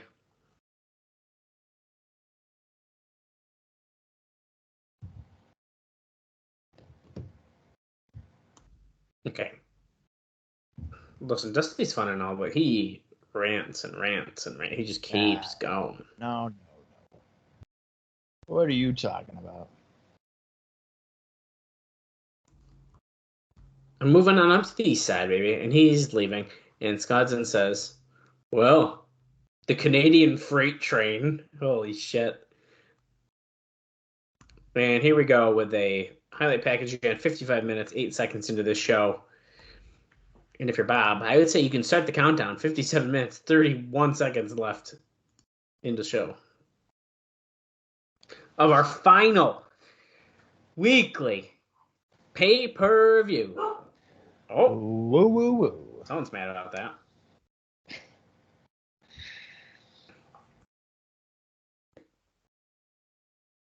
I'm not. So freaking ready. Mod is to the top.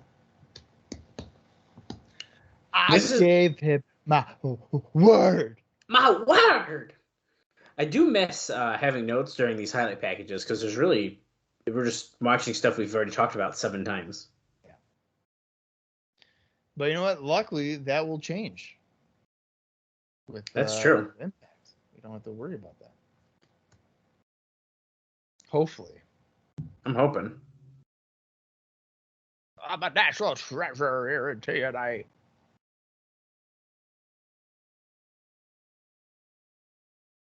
Out of control, Dusty. No other choice. Remember that when he suspended him, and then Dusty was like, "No, I don't think you're gonna do that." And he literally didn't listen. He was like, "Yeah, I don't care." He was like, "Absolutely not."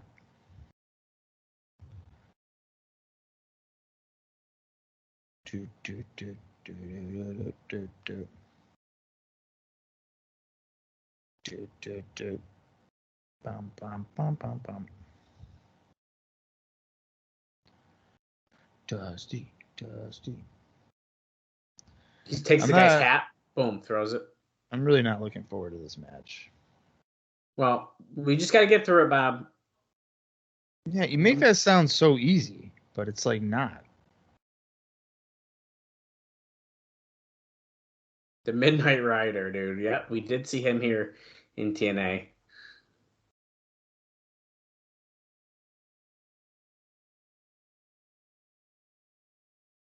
Yeah, I'm done with highlight packages, though. Let's go, please. Let's move it. That's what I'm saying.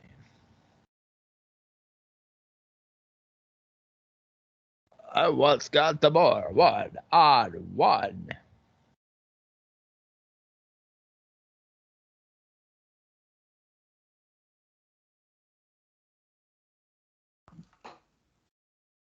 Me. How about the referee be me? What do you say, Dusty?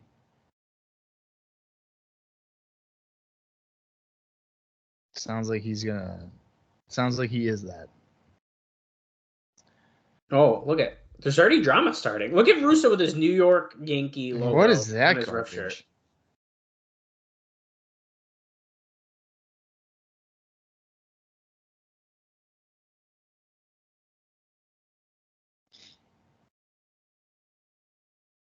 That's weird.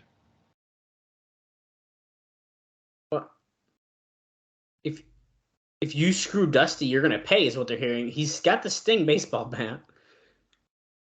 Russo would never use a rubber baseball bat. I'm just saying, I've never seen it bend or flop, nothing. Never seen it bounce like a bouncy ball. What are you talking about? Here comes Scott. Scott D'Amore. Okay. I fucking love the jacket, dude. It's so funny. I love it.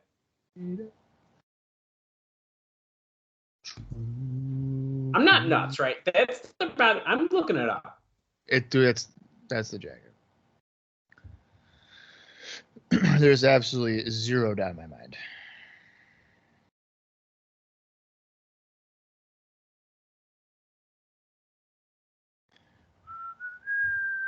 Can't make anything fucking easy looking this shit up. What do we say? That's like 2006? Like late 2006, yeah. Okay, that's a different jacket, so that's not gonna help me. Here comes Dusty.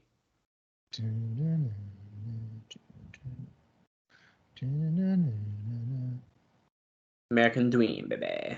Yeah, baby. The American Dream, baby. Oh wait, there's a picture. Dude, yeah, it is. That's the jacket. Yeah, it absolutely is. Let's make sure I'm not nuts. No, Oh, yeah, you can tell on this one right here. And look at it. And this isn't even a later one. And it's the same jacket. It's the same. Yeah, it's absolutely the same jacket. Love it. Damn.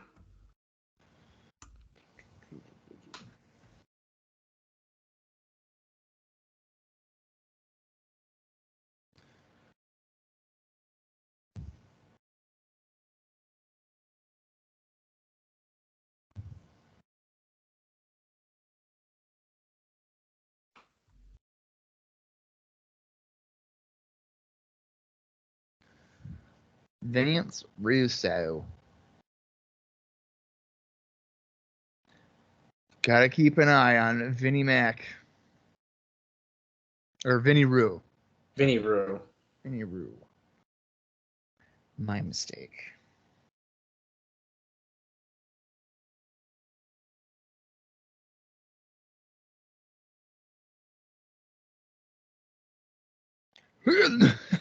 He's so Oh, aggressive. Man.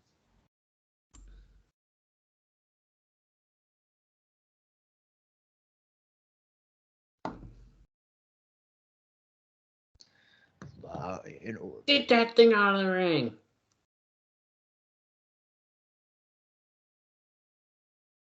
Get in the ring, Damore. If anything, this match is going to go along like this because we're just going to like be stalling. Right.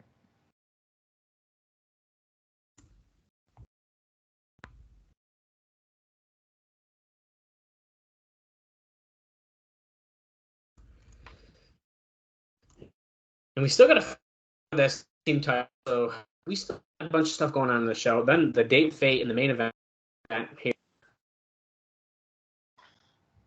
Damore just spit in his hands and rubbed it together. What? I hope he didn't really do it, but it's grossing me out anyways. We'll lock up. It's official. Dusty backs him into the corner. Dallas, I'm surprised you would say that because you tend to like when Sami Callihan spits in the air and then catches it with his mouth. No, I did not. That's just nasty. And he'd let it drip. Oh!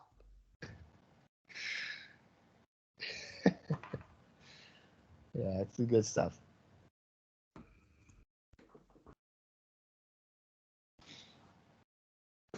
Oh, man.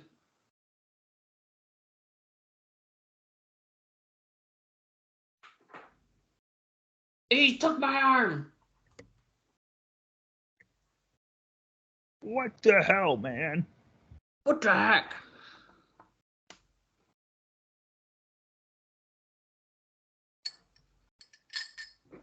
Listen to the crowd here at the Asylum. They're going absolutely nuts. Damore looks like a maniac.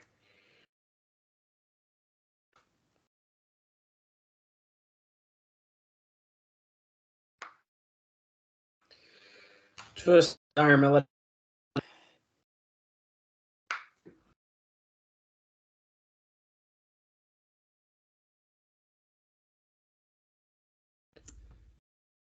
I don't know what to say. They're not doing anything. Oh, he hit an elbow on his twisted arm. Well, I can't really understand what you're saying because I feel like Action. you're cutting in and out quite often here.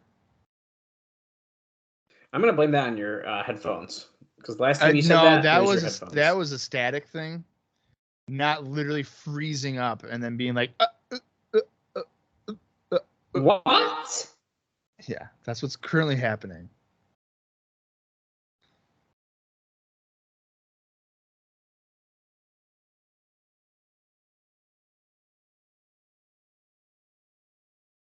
Dusty calling for the fans, help me out, brother.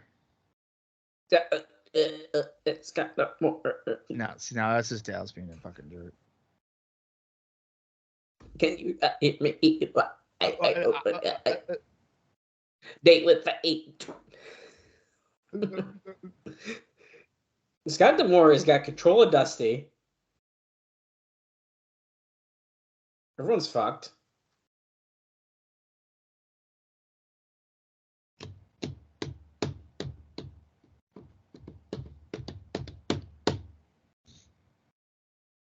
What the fuck? Bob's going nuts here.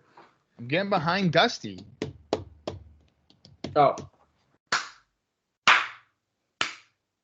Do it. Oh, he's using the hockey stick, but it blocked it. And here goes Dusty with the hockey stick, but Russo says, nope. No, Dusty. Wait, but why did Russo bring down a baseball bat, and why is he leaving it in the ring? Don't worry about it. It's propped up against... Look, it's right there. Don't ask those type of questions, dude. The Naturals do, in fact, have an opponent. They've confirmed officially. Mikey Batts and Jerrelle Clark. They didn't say that yet, but...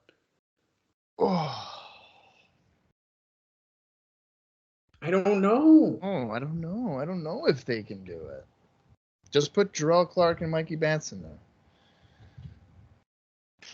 Wow, Russo's a horrible ref. He's way out of position. No. No. No. I can't give up. No.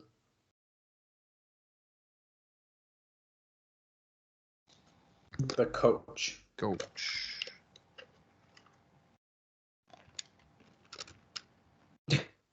You're so wrong if you thought this was going to be one-sided.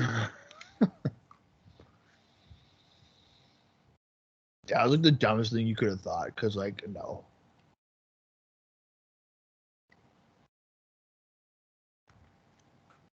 Gonna put the boots to him. Here we go.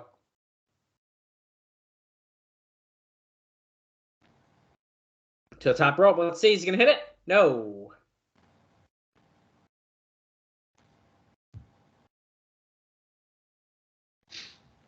He caught nothing. But can't. That wasn't an earthquake. That was just Scott D'Amore hitting the mat. That's mean. Oh, jab. Close fist. Oh my God! He just elbowed Russo. Wait, Russo immediately is up. Like what? Yeah, but he did it on purpose. Oh, Russo's gonna hit him with a baseball bat. No way. Get the fuck out of here. Do it. Oh, he's caught.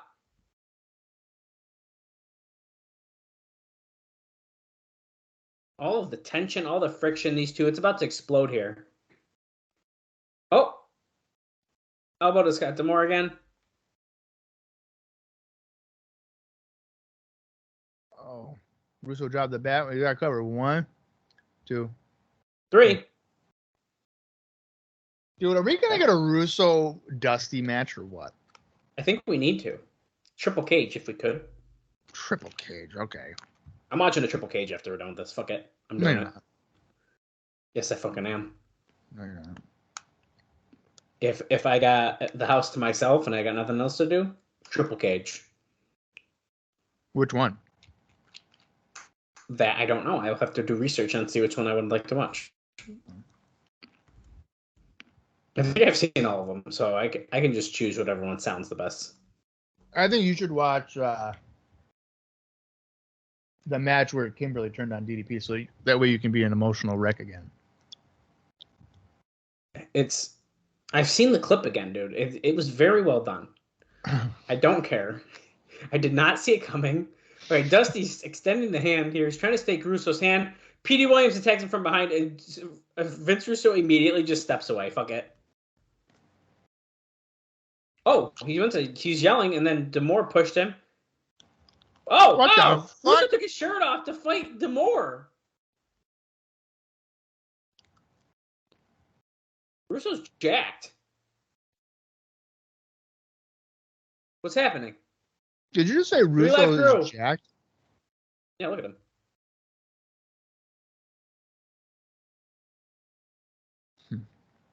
I don't think I'd say he's jacked. He's jacked. For Vince Russo standards, he's jacked. No, man. They were backstage talking to the Naturals. Do we really need the 3 Life Crew to come out again?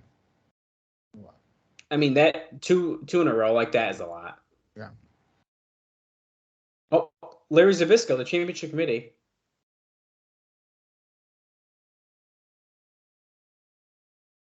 Okay. So James Stormer still hurt. We saw what you did to Daniels. But there will be a match tonight. Who's left? I love the way that Chase Stevens is holding the title, perfectly placed on his forearm, facing the camera. Oh, look. Could it be little Jarrelle and Mikey? No, it can't be them. What about the NYC?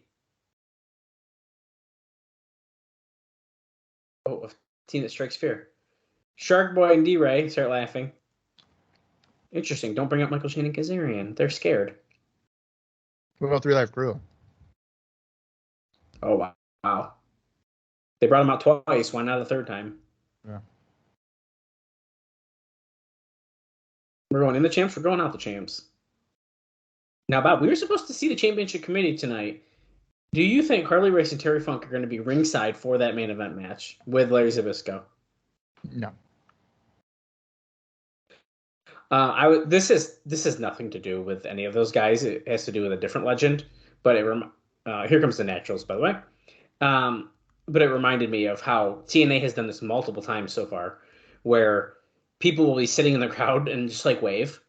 I was watching one of Ethan Page's vlogs, like a toy hunt vlog, and they were making a joke about how they had Greg the Hammer Valentine sitting in the crowd, and one of the guys who was with him must like book them or something. And he's like, "Yeah, we paid him $3,000 just to sit and wave." And Brody King starts fucking dying. But I was like, "Holy shit!" $3,000 just to sit there and wave. Yeah. And it was like, oh shit, they just said that? Here comes the living legend, Larry Zbyszko. Oh my god, he's wearing like a suit jacket. What's wrong with him? Yeah, he drives. Here's up. You still don't get it. It's true. They paid to see a tag team championship match, and they're going to get it. Well, you actually paid to see 2 of them, but whatever. Without any further ado.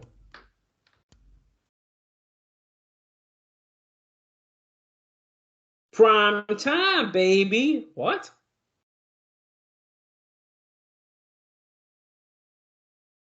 Prime time. Yeah, this is making a little bit more sense here, but hold on. This could be bait and switch. Oh fuck. We find the defendants guilty. There's Chris Harris.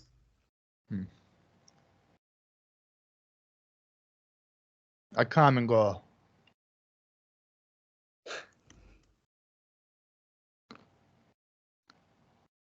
We can't believe it. I can't believe it. Look at this. Here they come. This is a dream team.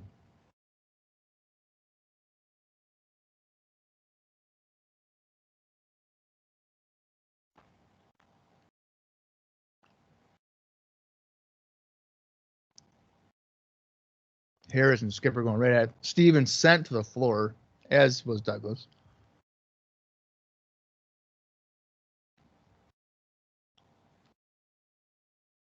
This has got to be the first time that Harris and Primetime have joined forces. I would assume. Sure. I don't see why they would have in the past. Well, you never know. Maybe somewhere in Tennessee.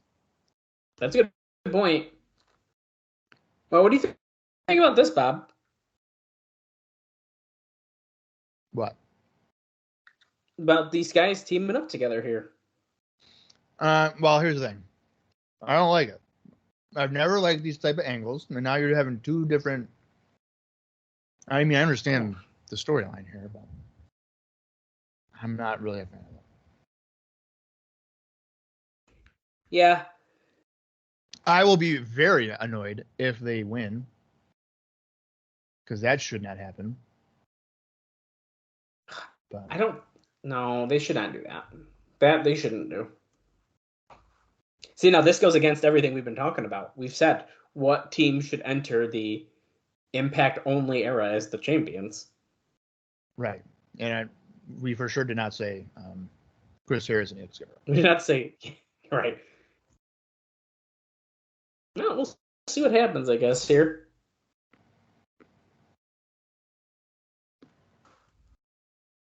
They become partners by no other source.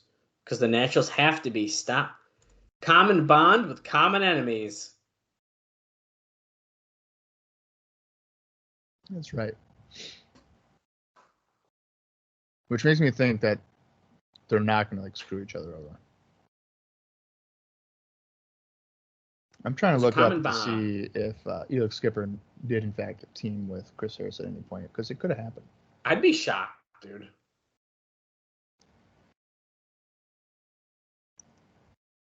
Well, I feel like TNA would know.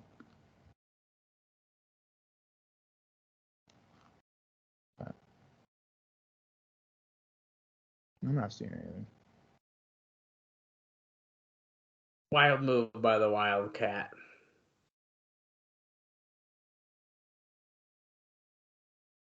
Luthez.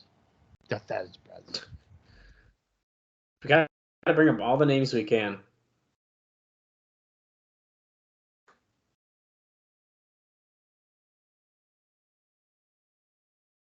Wildcat looked at him. You want a piece of him? Here you go, dude. Beat him up, baby.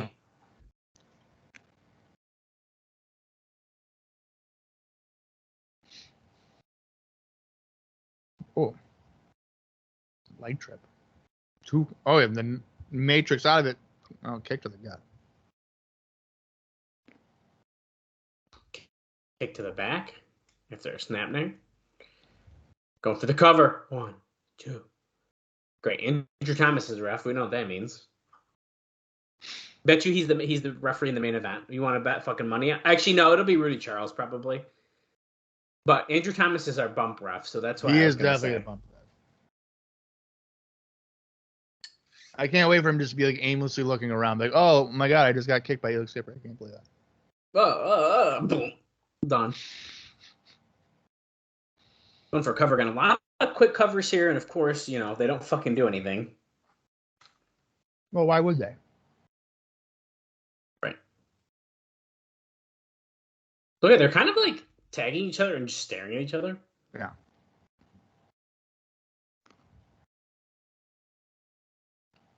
Waiting to see if they can trust each other. I feel like they're not waiting. They seem like they're teaming up pretty well.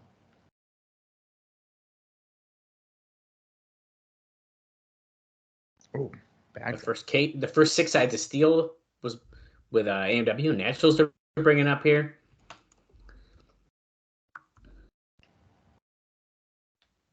Great elevation here. High knee by Skipper onto Andy Douglas. Oh, Douglas stopped that Irish whip. Ducks, tosses Skipper to the apron and hits him. Is he going to do the He's buckshot? Buckshot lariat. And no. Into head scissor, natural. Now you do the natural disaster over the top rope there. He was in position. That's why I was saying natural. I meant to say Chase Stevens, but he had him in the position. I was going to say he could hit the natural disaster right there, but throws Skipper to the floor. Referee's distracted, so of course Chase Stevens is going to drop down. He's going to go right after him.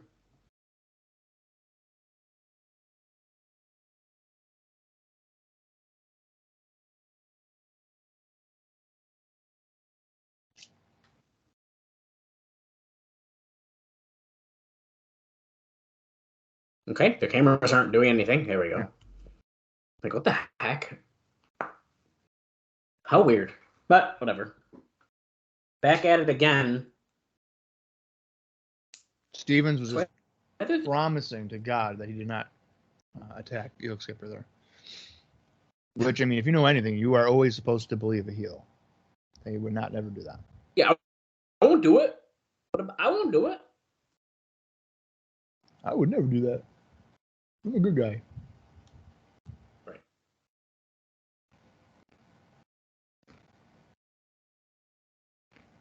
Skipper getting beaten up.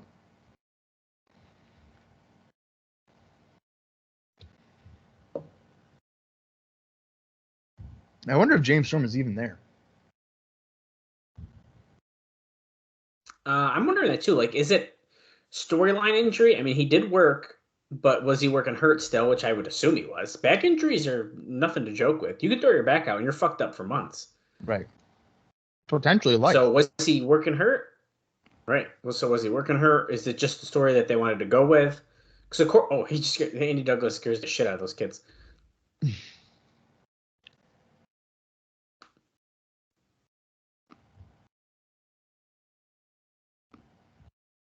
Good point. Good thinking today.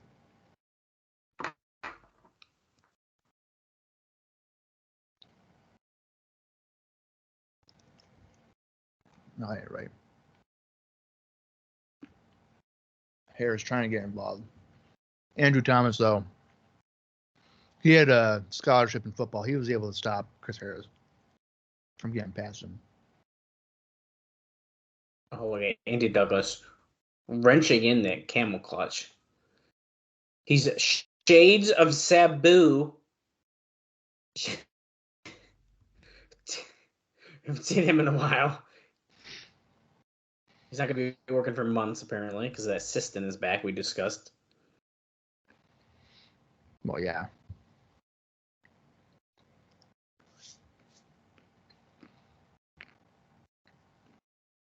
Oh. Splashing down on Skipper. Going right back down. His chin lock. Uh-oh. Switching the neck. I honestly don't care about this match because it's fucking Skipper and Harris. That's kind of pissing me off. It's kind of weird. It's kind of a disappointment, too, even, I'd say. Yeah.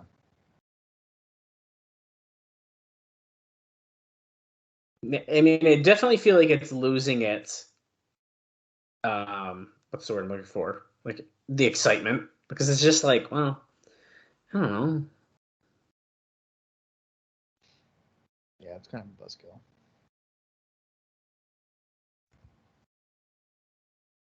We're just doing a lot of submissions, too. I mean, now, not a ton going on. I'm ready for the main event, man. I'm just ready to get to that. Jeff Hardy's going to win the NWA title. Biggest match of his career. Bigger than The Undertaker. Bigger than TLC.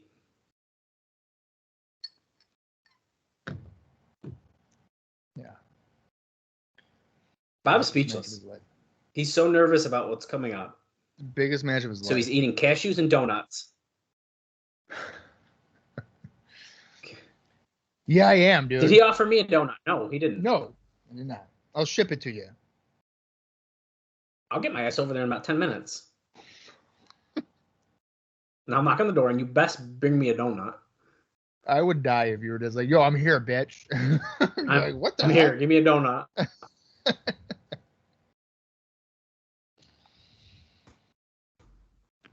Now, you're eating peanuts and donuts. Do you like peanut donuts?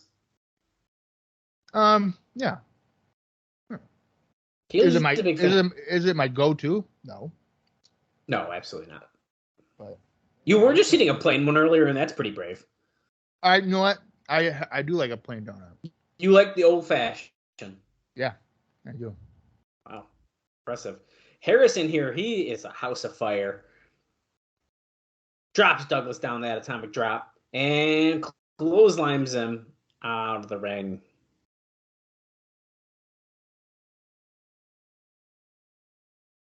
Bulldog. Face jam.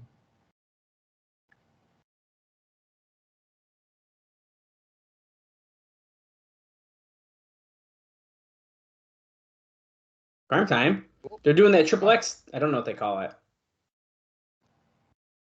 Vertical suplex crossbody. Oh. Douglas goes right after Harris. This match is breaking. It's falling apart. Surprising, Andrew Thomas I like this match. not doing his job. Oh, Harris accidentally just hit Skipper. No, here we go. Yeah. No, they're pissed. There we go. He's like, I'm sorry, man, okay?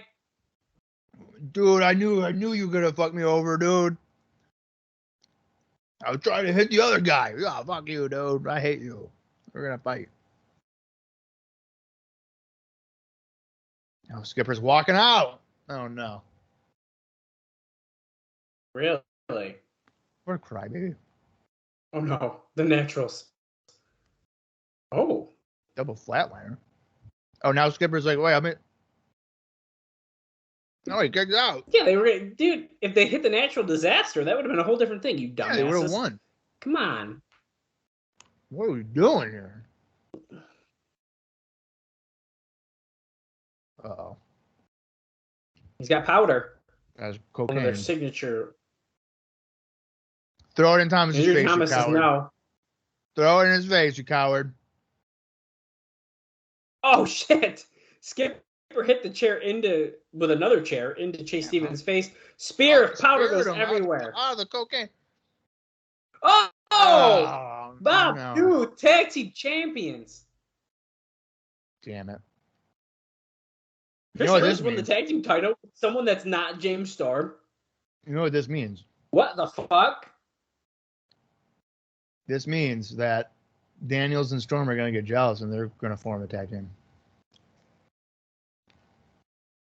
Look, they're like confused. They're like, what do we do?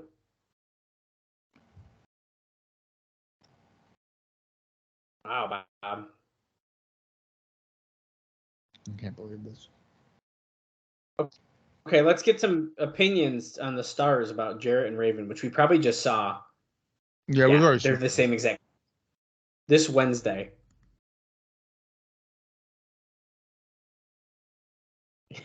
If the charismatic Enigma has his thinking cap on. Don Harris, dude. Does anyone really want fucking Don Harris's opinion? Are we serious? No.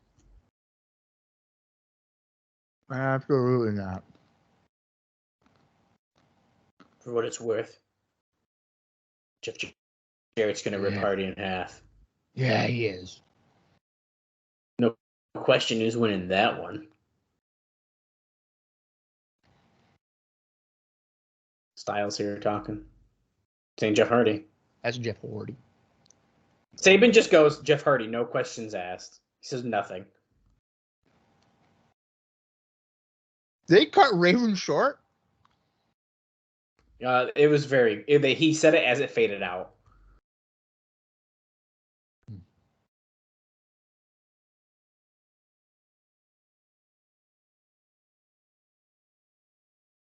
Okay, so we're with Don West and Mike Tenay here. The biggest match in TNA history coming up. Yeah, important business. Let's hear.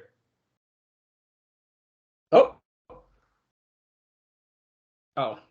People are going to want to know what's going on with TNA. Well, you got to go to TNAWrestling.com. All the great shirts and DVDs. Best of America's Most Wanted. Best of AJ Styles. Best of the Bloodiest Brawls. All of these were eventually re-released, and I think I have everything he just said. The GNC Show Strength. This is that muscle contest thing we were talking about. 40 or 50 people have already entered, Bob. Do you hear that? I don't believe that. Okay. Oh, okay. Next 3 weeks through September. Next Wednesday night.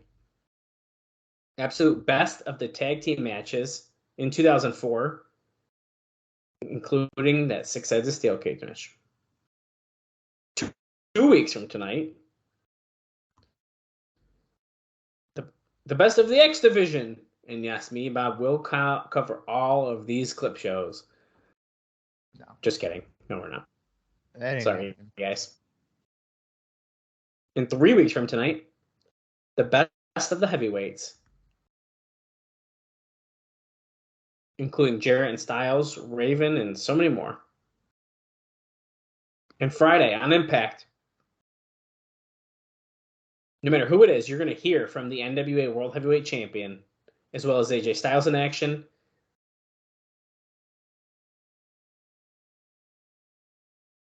That's right. Beginning of a new era. November 7th, Victory Road pay-per-view. The first Sunday pay-per-view. And the first 3-hour pay-per-view. Man, I'm so fucking ready for that. And Monty Brown is in the back. Victory Road, just under 2 months away. Now, when I hear them say they have like 3 weeks of like best ofs, that makes me feel like as if their pay-per-view contract doesn't end for 3 weeks. And they're just filling it with that. Exactly. Yep. I think so as well.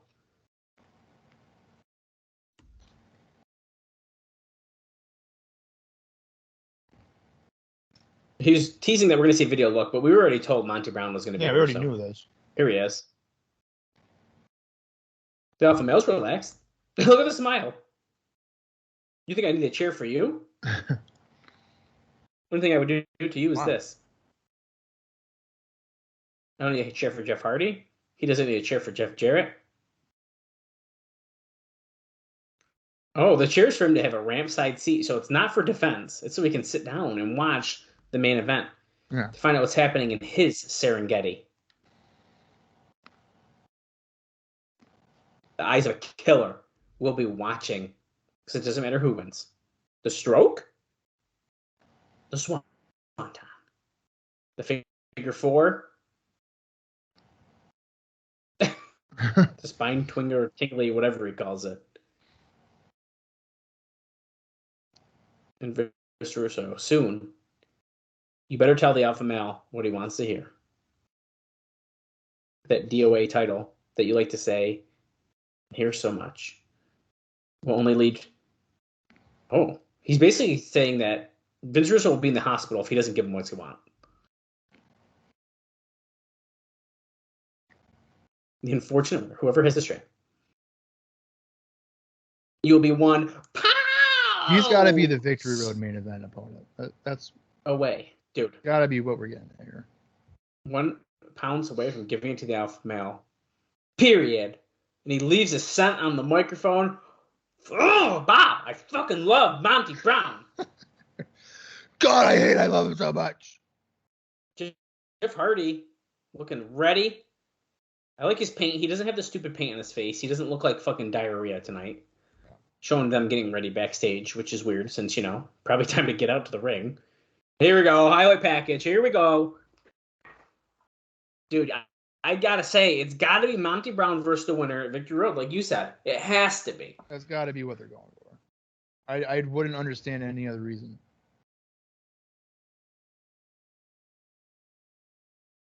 But I'm going to fucking pee real quick, and then I will be right back for this main event. Okay, well, I guess I'll talk about the highlight package. Jeff Jarrett saying no outsiders will ever be welcome.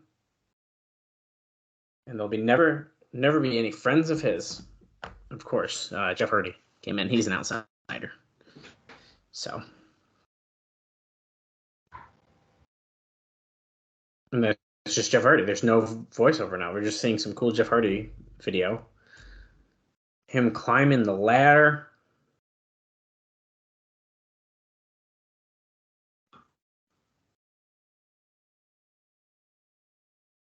It's going to be the Swanton versus the Stroke.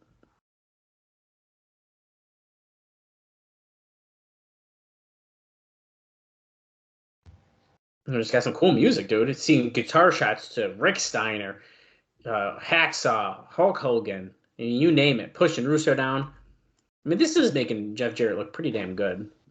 And who doesn't love exploding guitar shot? There's one with Dusty and Impact, Larry Zbyszko.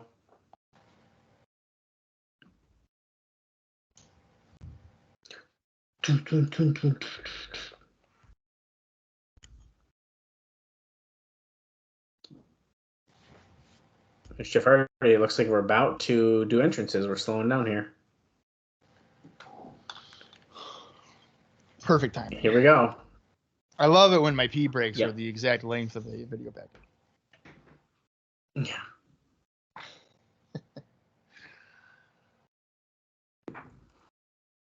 Tail of the tape here, Bob. Jeff Hardy. Jeff Jarrett. Look at I like Jarrett's got a new image too. Thank God. About time. All the other stuff. Jeff Hardy's taller than Jarrett? Jeff Hardy's got 2 inch or 1 inch on Jarrett. Are we serious? Yeah, because what did it say? He was 6'1"? Jarrett? Jarrett's 6'1", Jeff Hardy's 6'2". I didn't know that. Swanton versus Stroke and figure 4 versus spine line is what he calls that.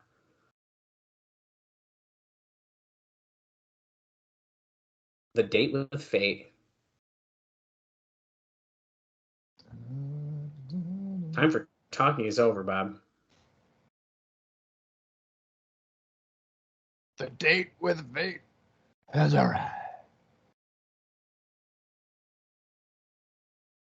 Here comes Jeff Hardy.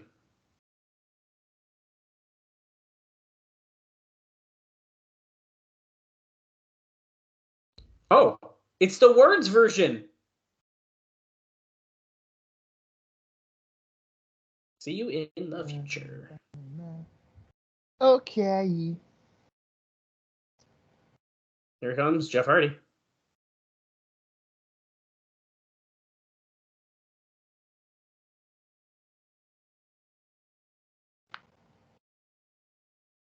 Oh, are they doing lyrics because it's a big show?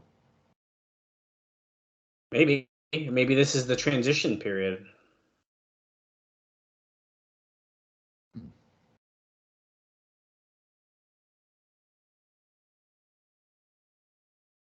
He's only got that glow paint on his arm, which once again makes his face not look like diarrhea.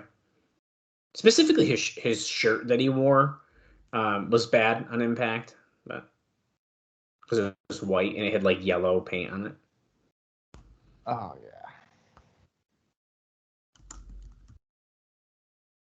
Next up, Briscoe. And Jeff Jarrett. We get it, TNA. You're 100% against Jeff Jarrett. Although it was kind of cool for like 6 months that TNA was like, all right, Jeff Jarrett's pretty cool. And then Yeah, he's like on his side. And here comes the champion, Double J. J double R E double T. Looks like, Dallas, that your video is finally not completely frozen and that you are moving around now. Oh, can you hear? You've heard me that whole time, right? Oh, I heard you the whole time. Okay, that's all that matters to me.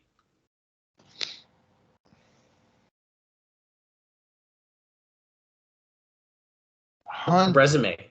Yeah, hundreds of them, dude. In every major organization. Really?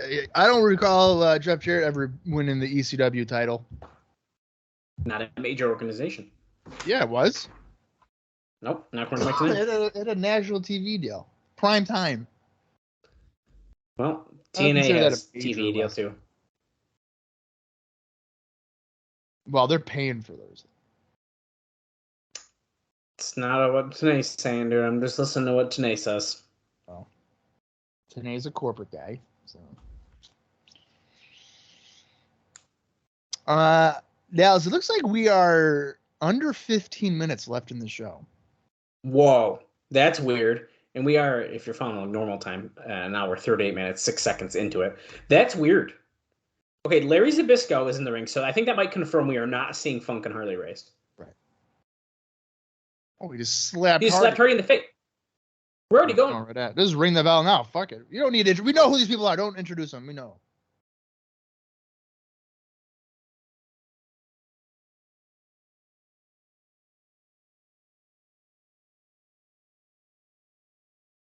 TNA is gonna burst a fucking blood vessel in his eyes. The way that he's just screaming and also holding his breath.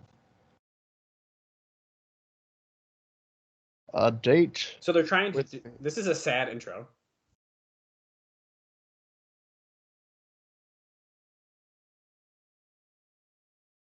Who the hell is that guy? Good question. Oh, Jarrett goes after him again. Say, trying to get Jarrett. Oh, look, Jarrett's covered in green paint already. Yeah, he is. So is everyone else who's trying to stop this. Yeah. Okay, there's at least 2 referees that I've never seen in my life. Yes. I'm assuming they might have been explosion refs. Borash is determined to announce these guys.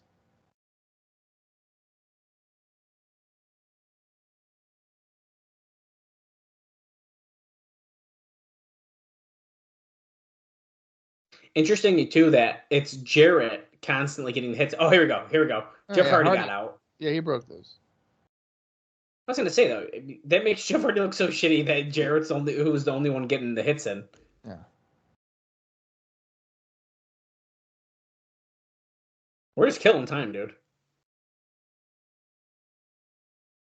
I honestly thought that the match would get more time than potentially just 10 minutes. Me too. Maybe something ran long. It could have been. Jarrett getting some cheers here.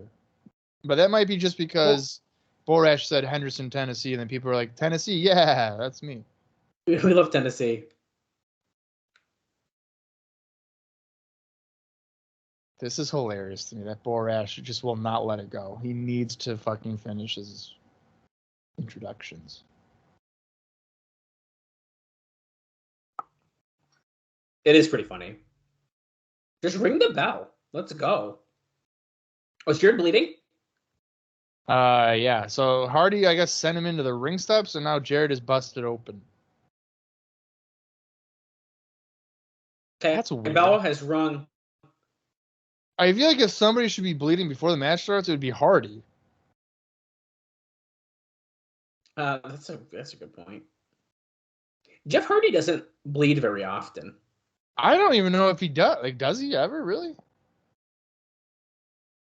He's more of a guy that like breaks his back with like crazy moves. So he doesn't need to bleed. He hurts himself other ways. Yeah, he hurts himself internally. Jarrett has seemingly has control, but locking up again. Arm drag. Jeff Hardy's paint is completely off of his left arm, essentially. I'll tell you right now, if I don't hear Dave Meltzer saying that Jeff Hardy throws a bad punch, I don't ever want to hear him talk shit about Chris Harris ever again. Because Jeff Hardy just threw a right hand that was like comically bad. Right. First ever meeting between these two, and this is Jeff Hardy's first NWA title shot, which, you know, makes sense since he's been with WWE. Right. Jarrett with a knee lift to the midsection. Right hands. I'm surprised we're not in the crowd yet.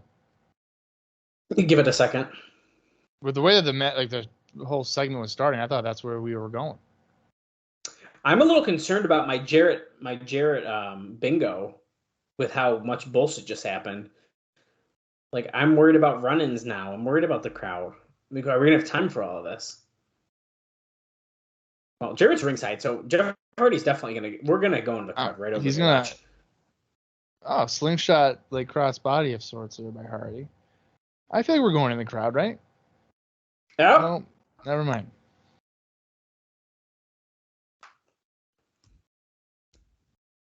To name referencing Jeff Hardy winning the Intercontinental title from Triple H, but that wasn't as big as this match. Well, he's saying that he's saying that because he's had success in singles competition in the past. Right. Yeah. Well, he also won like the light heavyweight title. Not as big as the Intercontinental. Well, that's true, but that's still single success. Doesn't count. Okay. Was it Hardy already? Yeah, well, you know, DDT back in 1986 would have had you been unconscious for about 3 weeks, but here in 2004, that's just like it's like a right hand punch. Went for the stroke on the middle rope. Something's weird about this match. They're rushing to shit. My opinion though, if you were running out of time, we're assuming we might have gone long on other stuff. That beginning part you could have cut way down. Which one, the X Division thing? No, the brawl in the beginning of this match. Cut all that garbage out. You save some time. Well, maybe they thought that was important to the story of the match. That's true. But just cut in half even. Hardy, Jarrett's on the floor, Hardy's on the top rope, and axe handle. Okay, I thought that was going to be something a little crazier, but it's fine. Macho Man Randy Savage axe handle. I like how Hardy hits that, and then Jarrett just irate. Oh, here you go. Oh, Hardy backdrops Jarrett over the railing into the crowd. Not good. You can put an X in that bingo square. Okay, this is more what I thought Hardy was going to do. Climbing to the top again. Jarrett's in the crowd this time, though. Oh, no. Don't do it, Jeff. Jeff, don't do it. He just he dived. did. Okay. He did it. I wouldn't have been surprised if he just went for, like, the swanton right there. Yeah.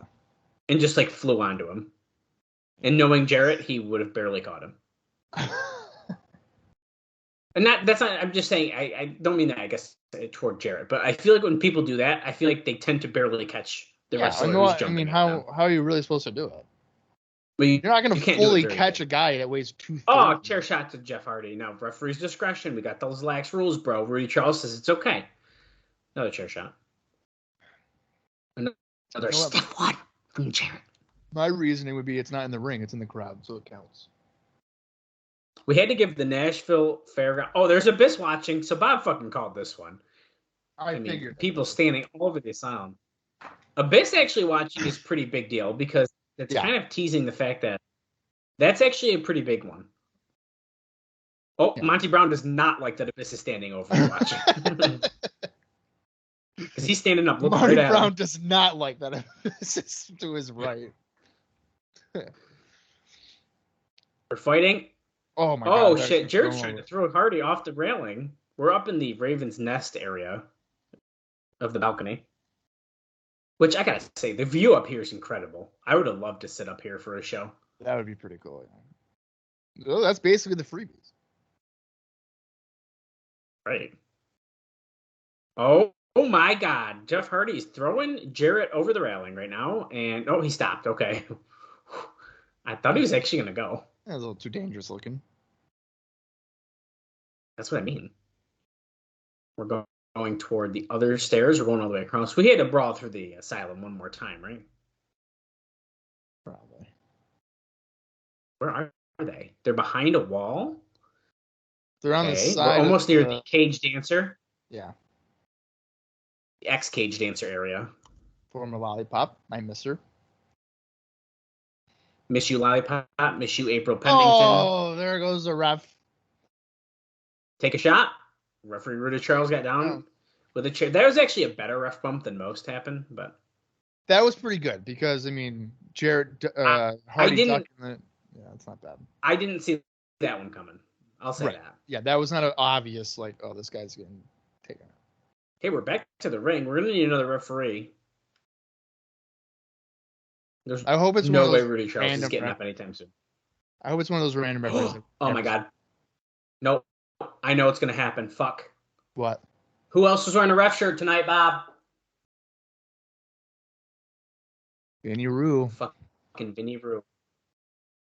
And I feel like, oh no, I'm not looking. I have a bad feeling about this. Swanton. Do you think? Oh, Jeff Hardy hit the Swanton. Do you think Vinny Rue could associate with Jarrett? Yes, I do. Wait, Rudy Charles is here. Kick out. How is Rudy Charles? Are you kidding me? These guys get kicked and they're freaking knocked out for 3 hours. This guy got hit with a chair in the throat and he's awake already and counting? He got back to the ring? That might have eliminated my thought then. Going for that twist of fate. No, Jarrett switched out and the stroke. No way. Come on. Kick out, you coward. There's no way. 1, 2. Oh, Jeff Hardy kicks out of the stroke. No one kicks out of the stroke. I almost like the idea of Vinny Rue coming out, counting the fall, and then you have Jarrett and Vinny against Hardy and Dusty as like a main program. That could work. That's how you get your Vince Russo Dusty match too. Right. Got that figure 4, and Jeff Hardy's trying to break out of it, but it's wrenched in pretty good. Jarrett's legs are not going to break that up anytime soon. No.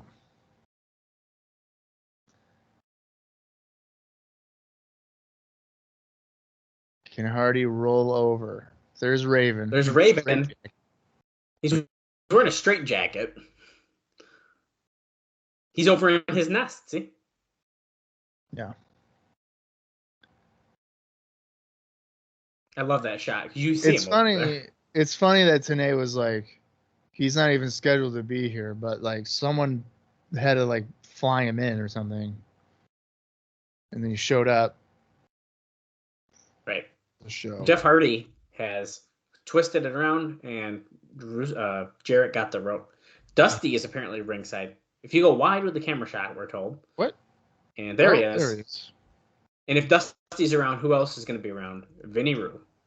Right back to the ropes on the bus. Or the Texas Cloverleaf, which is not really how you do that move. The spine, what does he call it? The spine something? I don't know. Dusty rolled Jarrett back in the ring. Back? Oh, spine line. Spine line. The spine line. What a ridiculous move. It's like a shitty Texas cloverleaf. Yeah, this is just. That's what it is. The spine line. Is Jarrett gonna tap? I don't think so. No. Fucking no. To the spine. Jeff Hardy's not gonna win with a submission. Get the fuck out of here. The spine line. No way. Oh, and he got the He got the rope. He got the rope. Bob, I'm feeling the tension. Oh shit, Dusty got a right hand by Jarrett. Yeah. That's why you're feeling the tension, because Jeff Jarrett was about to punch him in the face. Yeah, I had to have been that. Wait, Dusty said, "Fuck that." Boom. Boom. Bam. Boom. Boom. Couple lefts and a Oh, bionic bang. elbow to Jarrett. Vinny. Here's Russo. Oh, I thought he was going to deck him with the baseball bat. So did I thought I. he was going to hit him with the baseball. He's got it. Dusty just took it, put it on the apron. Oh, no. See, that's not good, because Is that so Jeff Hardy can do the sting? Oh no, Jeff Jarrett's grabbing it. Jeff Jarrett's got the baseball bat. Oh, he missed it. Oh my god, I thought he was gonna hit Rudy Charles. Okay, this is chaotic. Jeff Hardy's got it now. Russo. No, Vince Russo's like, Look at it bending. Look at it bending. It's not rubber, dude. It's real. Well, flatliner, I think. Oh, great. Russo got knocked down. We're gonna keep the bat over here, says Rudy Charles. So he's moved it on, I'm assuming, the commentator's table. Yeah, I think so. Hardy going to the top rope. Monty Brown looking from the ramp there. Oh shit! Jarrett moved. Oh no. His guitar. Yeah. He's got the guitar. Oh shit. Hardy, watch out! Oh shit! It's the back of the head. Yep. Jeff, you gotta roll him over. Okay. 1, 2. Wow. Jeff Jarrett retains. All right. Well, that's the end of the TNA Crossline podcast. So we're not doing it. Oh, guys. Fuck it. Monty Brown is clapping. Oh, he's happy. Abyss is taunting, so I guess Abyss doesn't know how to clap. Raven's laughing. We're heading down the path to Victory Road next, guys. That's what we're saying. Whoa. Okay. November 7th, and we go off the air. Okay. I'm going to say one thing first. Go ahead. That was not the biggest match in TNA history. That was still Raven and Jarrett. Yes. That match, to me, was a letdown. But I'm going to say that's because of the timing. I thought the end was chaotic enough that it was fun. We did get our run-ins, I'm just saying. Well, we got everything you want from a Jarrett title match. But big disappointment, man. Jeff Hardy should have won that. It's this weird decision to me. I mean, is it just like a Jarrett needs to beat the WWE guy coming in and to like prove like we're still the better people? I don't know. I don't know, man, because it's weird. weird. If you're gonna have Hardy lose, I mean, you might as well just had AJ beat him at the anniversary show. I think that was more of a time where like you're gonna send a statement like, "Oh, hey, we're better than those guys." I mean, because to me, Jarrett, he wasn't even signed then. Well, and that's even more reason. Right. Well, that's what I mean. Yeah. Yeah. So, I mean, I kind of understand why they didn't pull the trigger, because, you know, in wrestling, they're always like, you got to find that perfect time to do it and like have the fans really explode for it. So maybe in their reasoning, if they're thinking maybe Victory Road for it, for that big moment, yeah, okay, that could happen. But personally, I feel like it should just be Jarrett against Monty Brown, and Monty Brown win the title, because Monty Brown, he's got the charisma, he's got the luck. Yeah. I think every time he wrestles, he's more entertaining. He just seemingly has all the pieces that you need to do it. The only thing he doesn't have is the name recognition, because he's not a former WWE guy or anything. But right. Yeah, I think for me, I think I would just be going more towards Monty Brown. And like Jeff Hardy can do a variety of different things. You know, I feel like if I were to say if he wrestled more X Division guys, that's probably seen as a downgrade, because I think he's brought in to be a heavyweight like main event guy. Right. But Right. he's got plenty of other guys he can wrestle in the upper mid card, lower main event scene for a little bit. But I think so too. I don't know. This is just weird. It's weird. Maybe they were trying too hard to put Hardy there, and I don't know. Regardless, I think we're both on the same page. Monty Brown is got to be next. I feel like. Yeah. I just don't know how you don't do that. Yeah, and that's if you don't pull the trigger on that, that's a big mistake. Yeah. No, I mean he is an instance here of, I don't think it's necessarily rare, but I mean he's a TNA homegrown guy. That's a fair point. Yeah, that's a good point. Yeah, And very good point. We're still on the FSN thing, so like I feel like that's a perfect time to take the chance and have him be champion, build him up, and by the time that you get to a bigger TV deal, you can say, well, Monty Brown's a big guy, man. He's a NWA-TNA champion, NWA champion. Right. And he's been heavily featured on Impact. Almost every single one. Yeah, he stands out every time he appears. It's like, oh, Monty Brown was on the show today. Absolutely. Well, Bob, I can't believe it, but we've made it. We did it, dude. We just finished the final show. Now, what would you rate our final weekly pay-per-view in the Asylum? I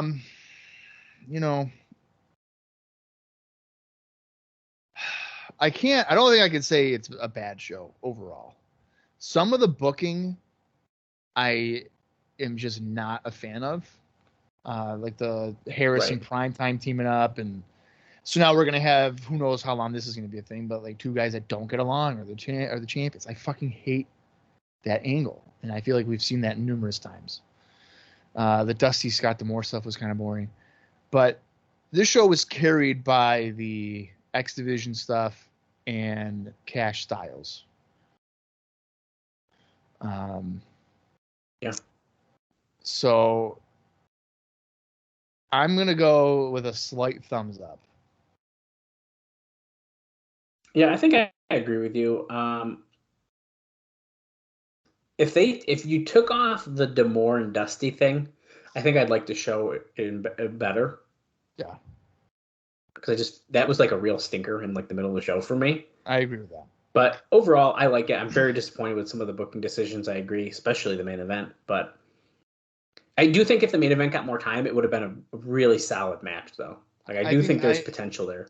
I think they just rushed it. I mean, like 45 seconds in, you're doing a stroke off the middle rope.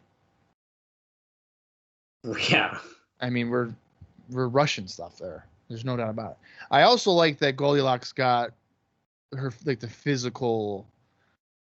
Yeah. By Abyss. Like I was not expecting that. And again, like in the last year, I reviewed like the last 6 months of these shows just to get it done before we did the audio version. And again, I consume a lot of wrestling. It's pretty pathetic. But I did not remember at all that Goldy Locks took a fucking backbreaker. Yeah. That was insane. Isn't that crazy? Wow. Yeah, that was pretty nuts. Crazy.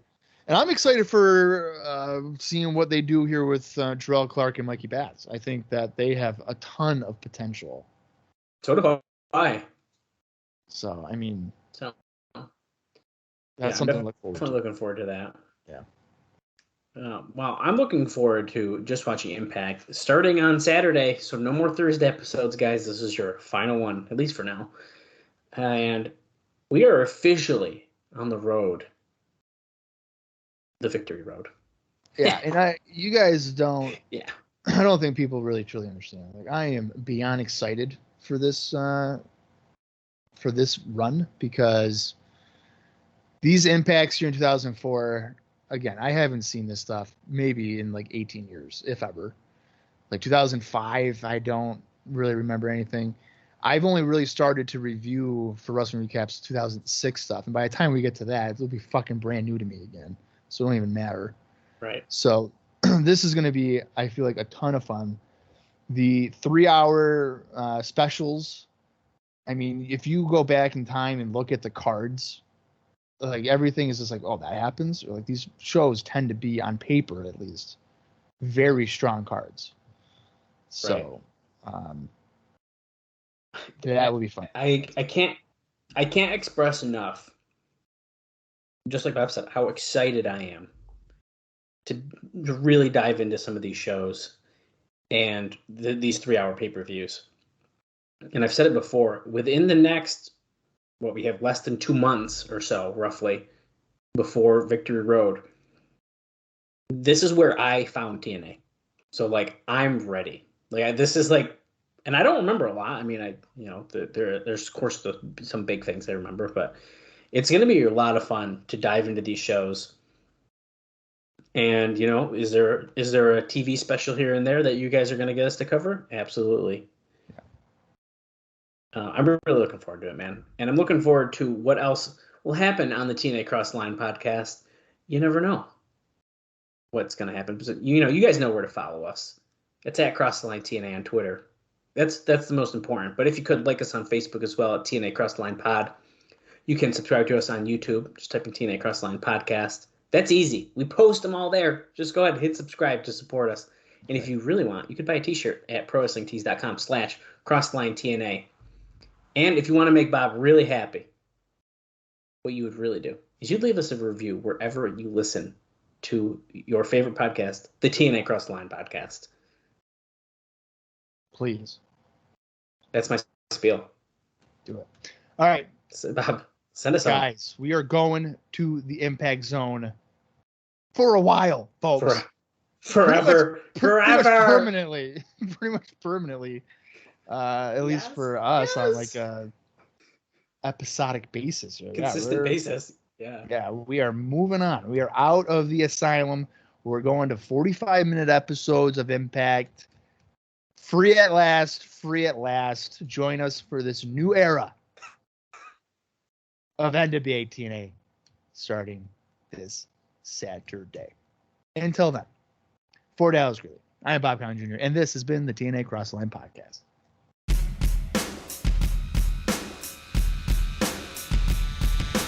Modest to the top. Modest at the top. Straight to the top, but then keep heading up. Stars shine for why we should give a fuck about what is real and how real is still the only way to feel the pain it sometimes deals in a way that survives the struggles we face in this life. There's a lot time can't erase. Showcase the skills you were given at birth. Live your life for what it's worth. Show off the style you perfect in life. Show off the way to make it right. Make it to the top of Mount Probation. Rule it until you feel there's nothing more for you to do or say. None of you better get in my way. Coming down. If you do, you'll be back on level ground. Modest to the top. Features that keep your head up high. I am a star that shines for why we should give a pump about life and the way we live both day and night. We are the world's humorous sails. Let's keep it laughing to save ourselves in a way that can read our planet's face. In this life, there's a lot time can't erase. Showcase the skills you were given at birth. Live your life for what it's worth. Show off the style you perfect in life. Show off the way to make it right. Make it to the top of Mount Probation. Roll it until you feel there's nothing more for you to do or say. None of you better get in my way. Coming down. If you do, you'll be back on level. Modest to the top. Modest at the top. Still modest past the top. If you're tired or thirsty at the top, sleep and drink fast to receive the pop in a way that stands up for the crowd. In this game there's a lot they won't allow. In a way that survives the struggles we face in this life, there's a lot time can't erase. Showcase the skills you were given at birth. Live your life if for what it's worth. Show all the style you perfect in life. Show all the way to make it right. Make it to the top of Mount Profession. Roll in until you feel there's nothing more for you to do or say.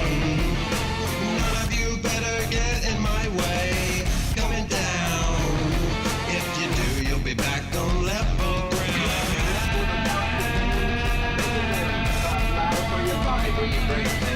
Wonders and chains of disrespect. I am a son with an all-right neck. Modest, past the top.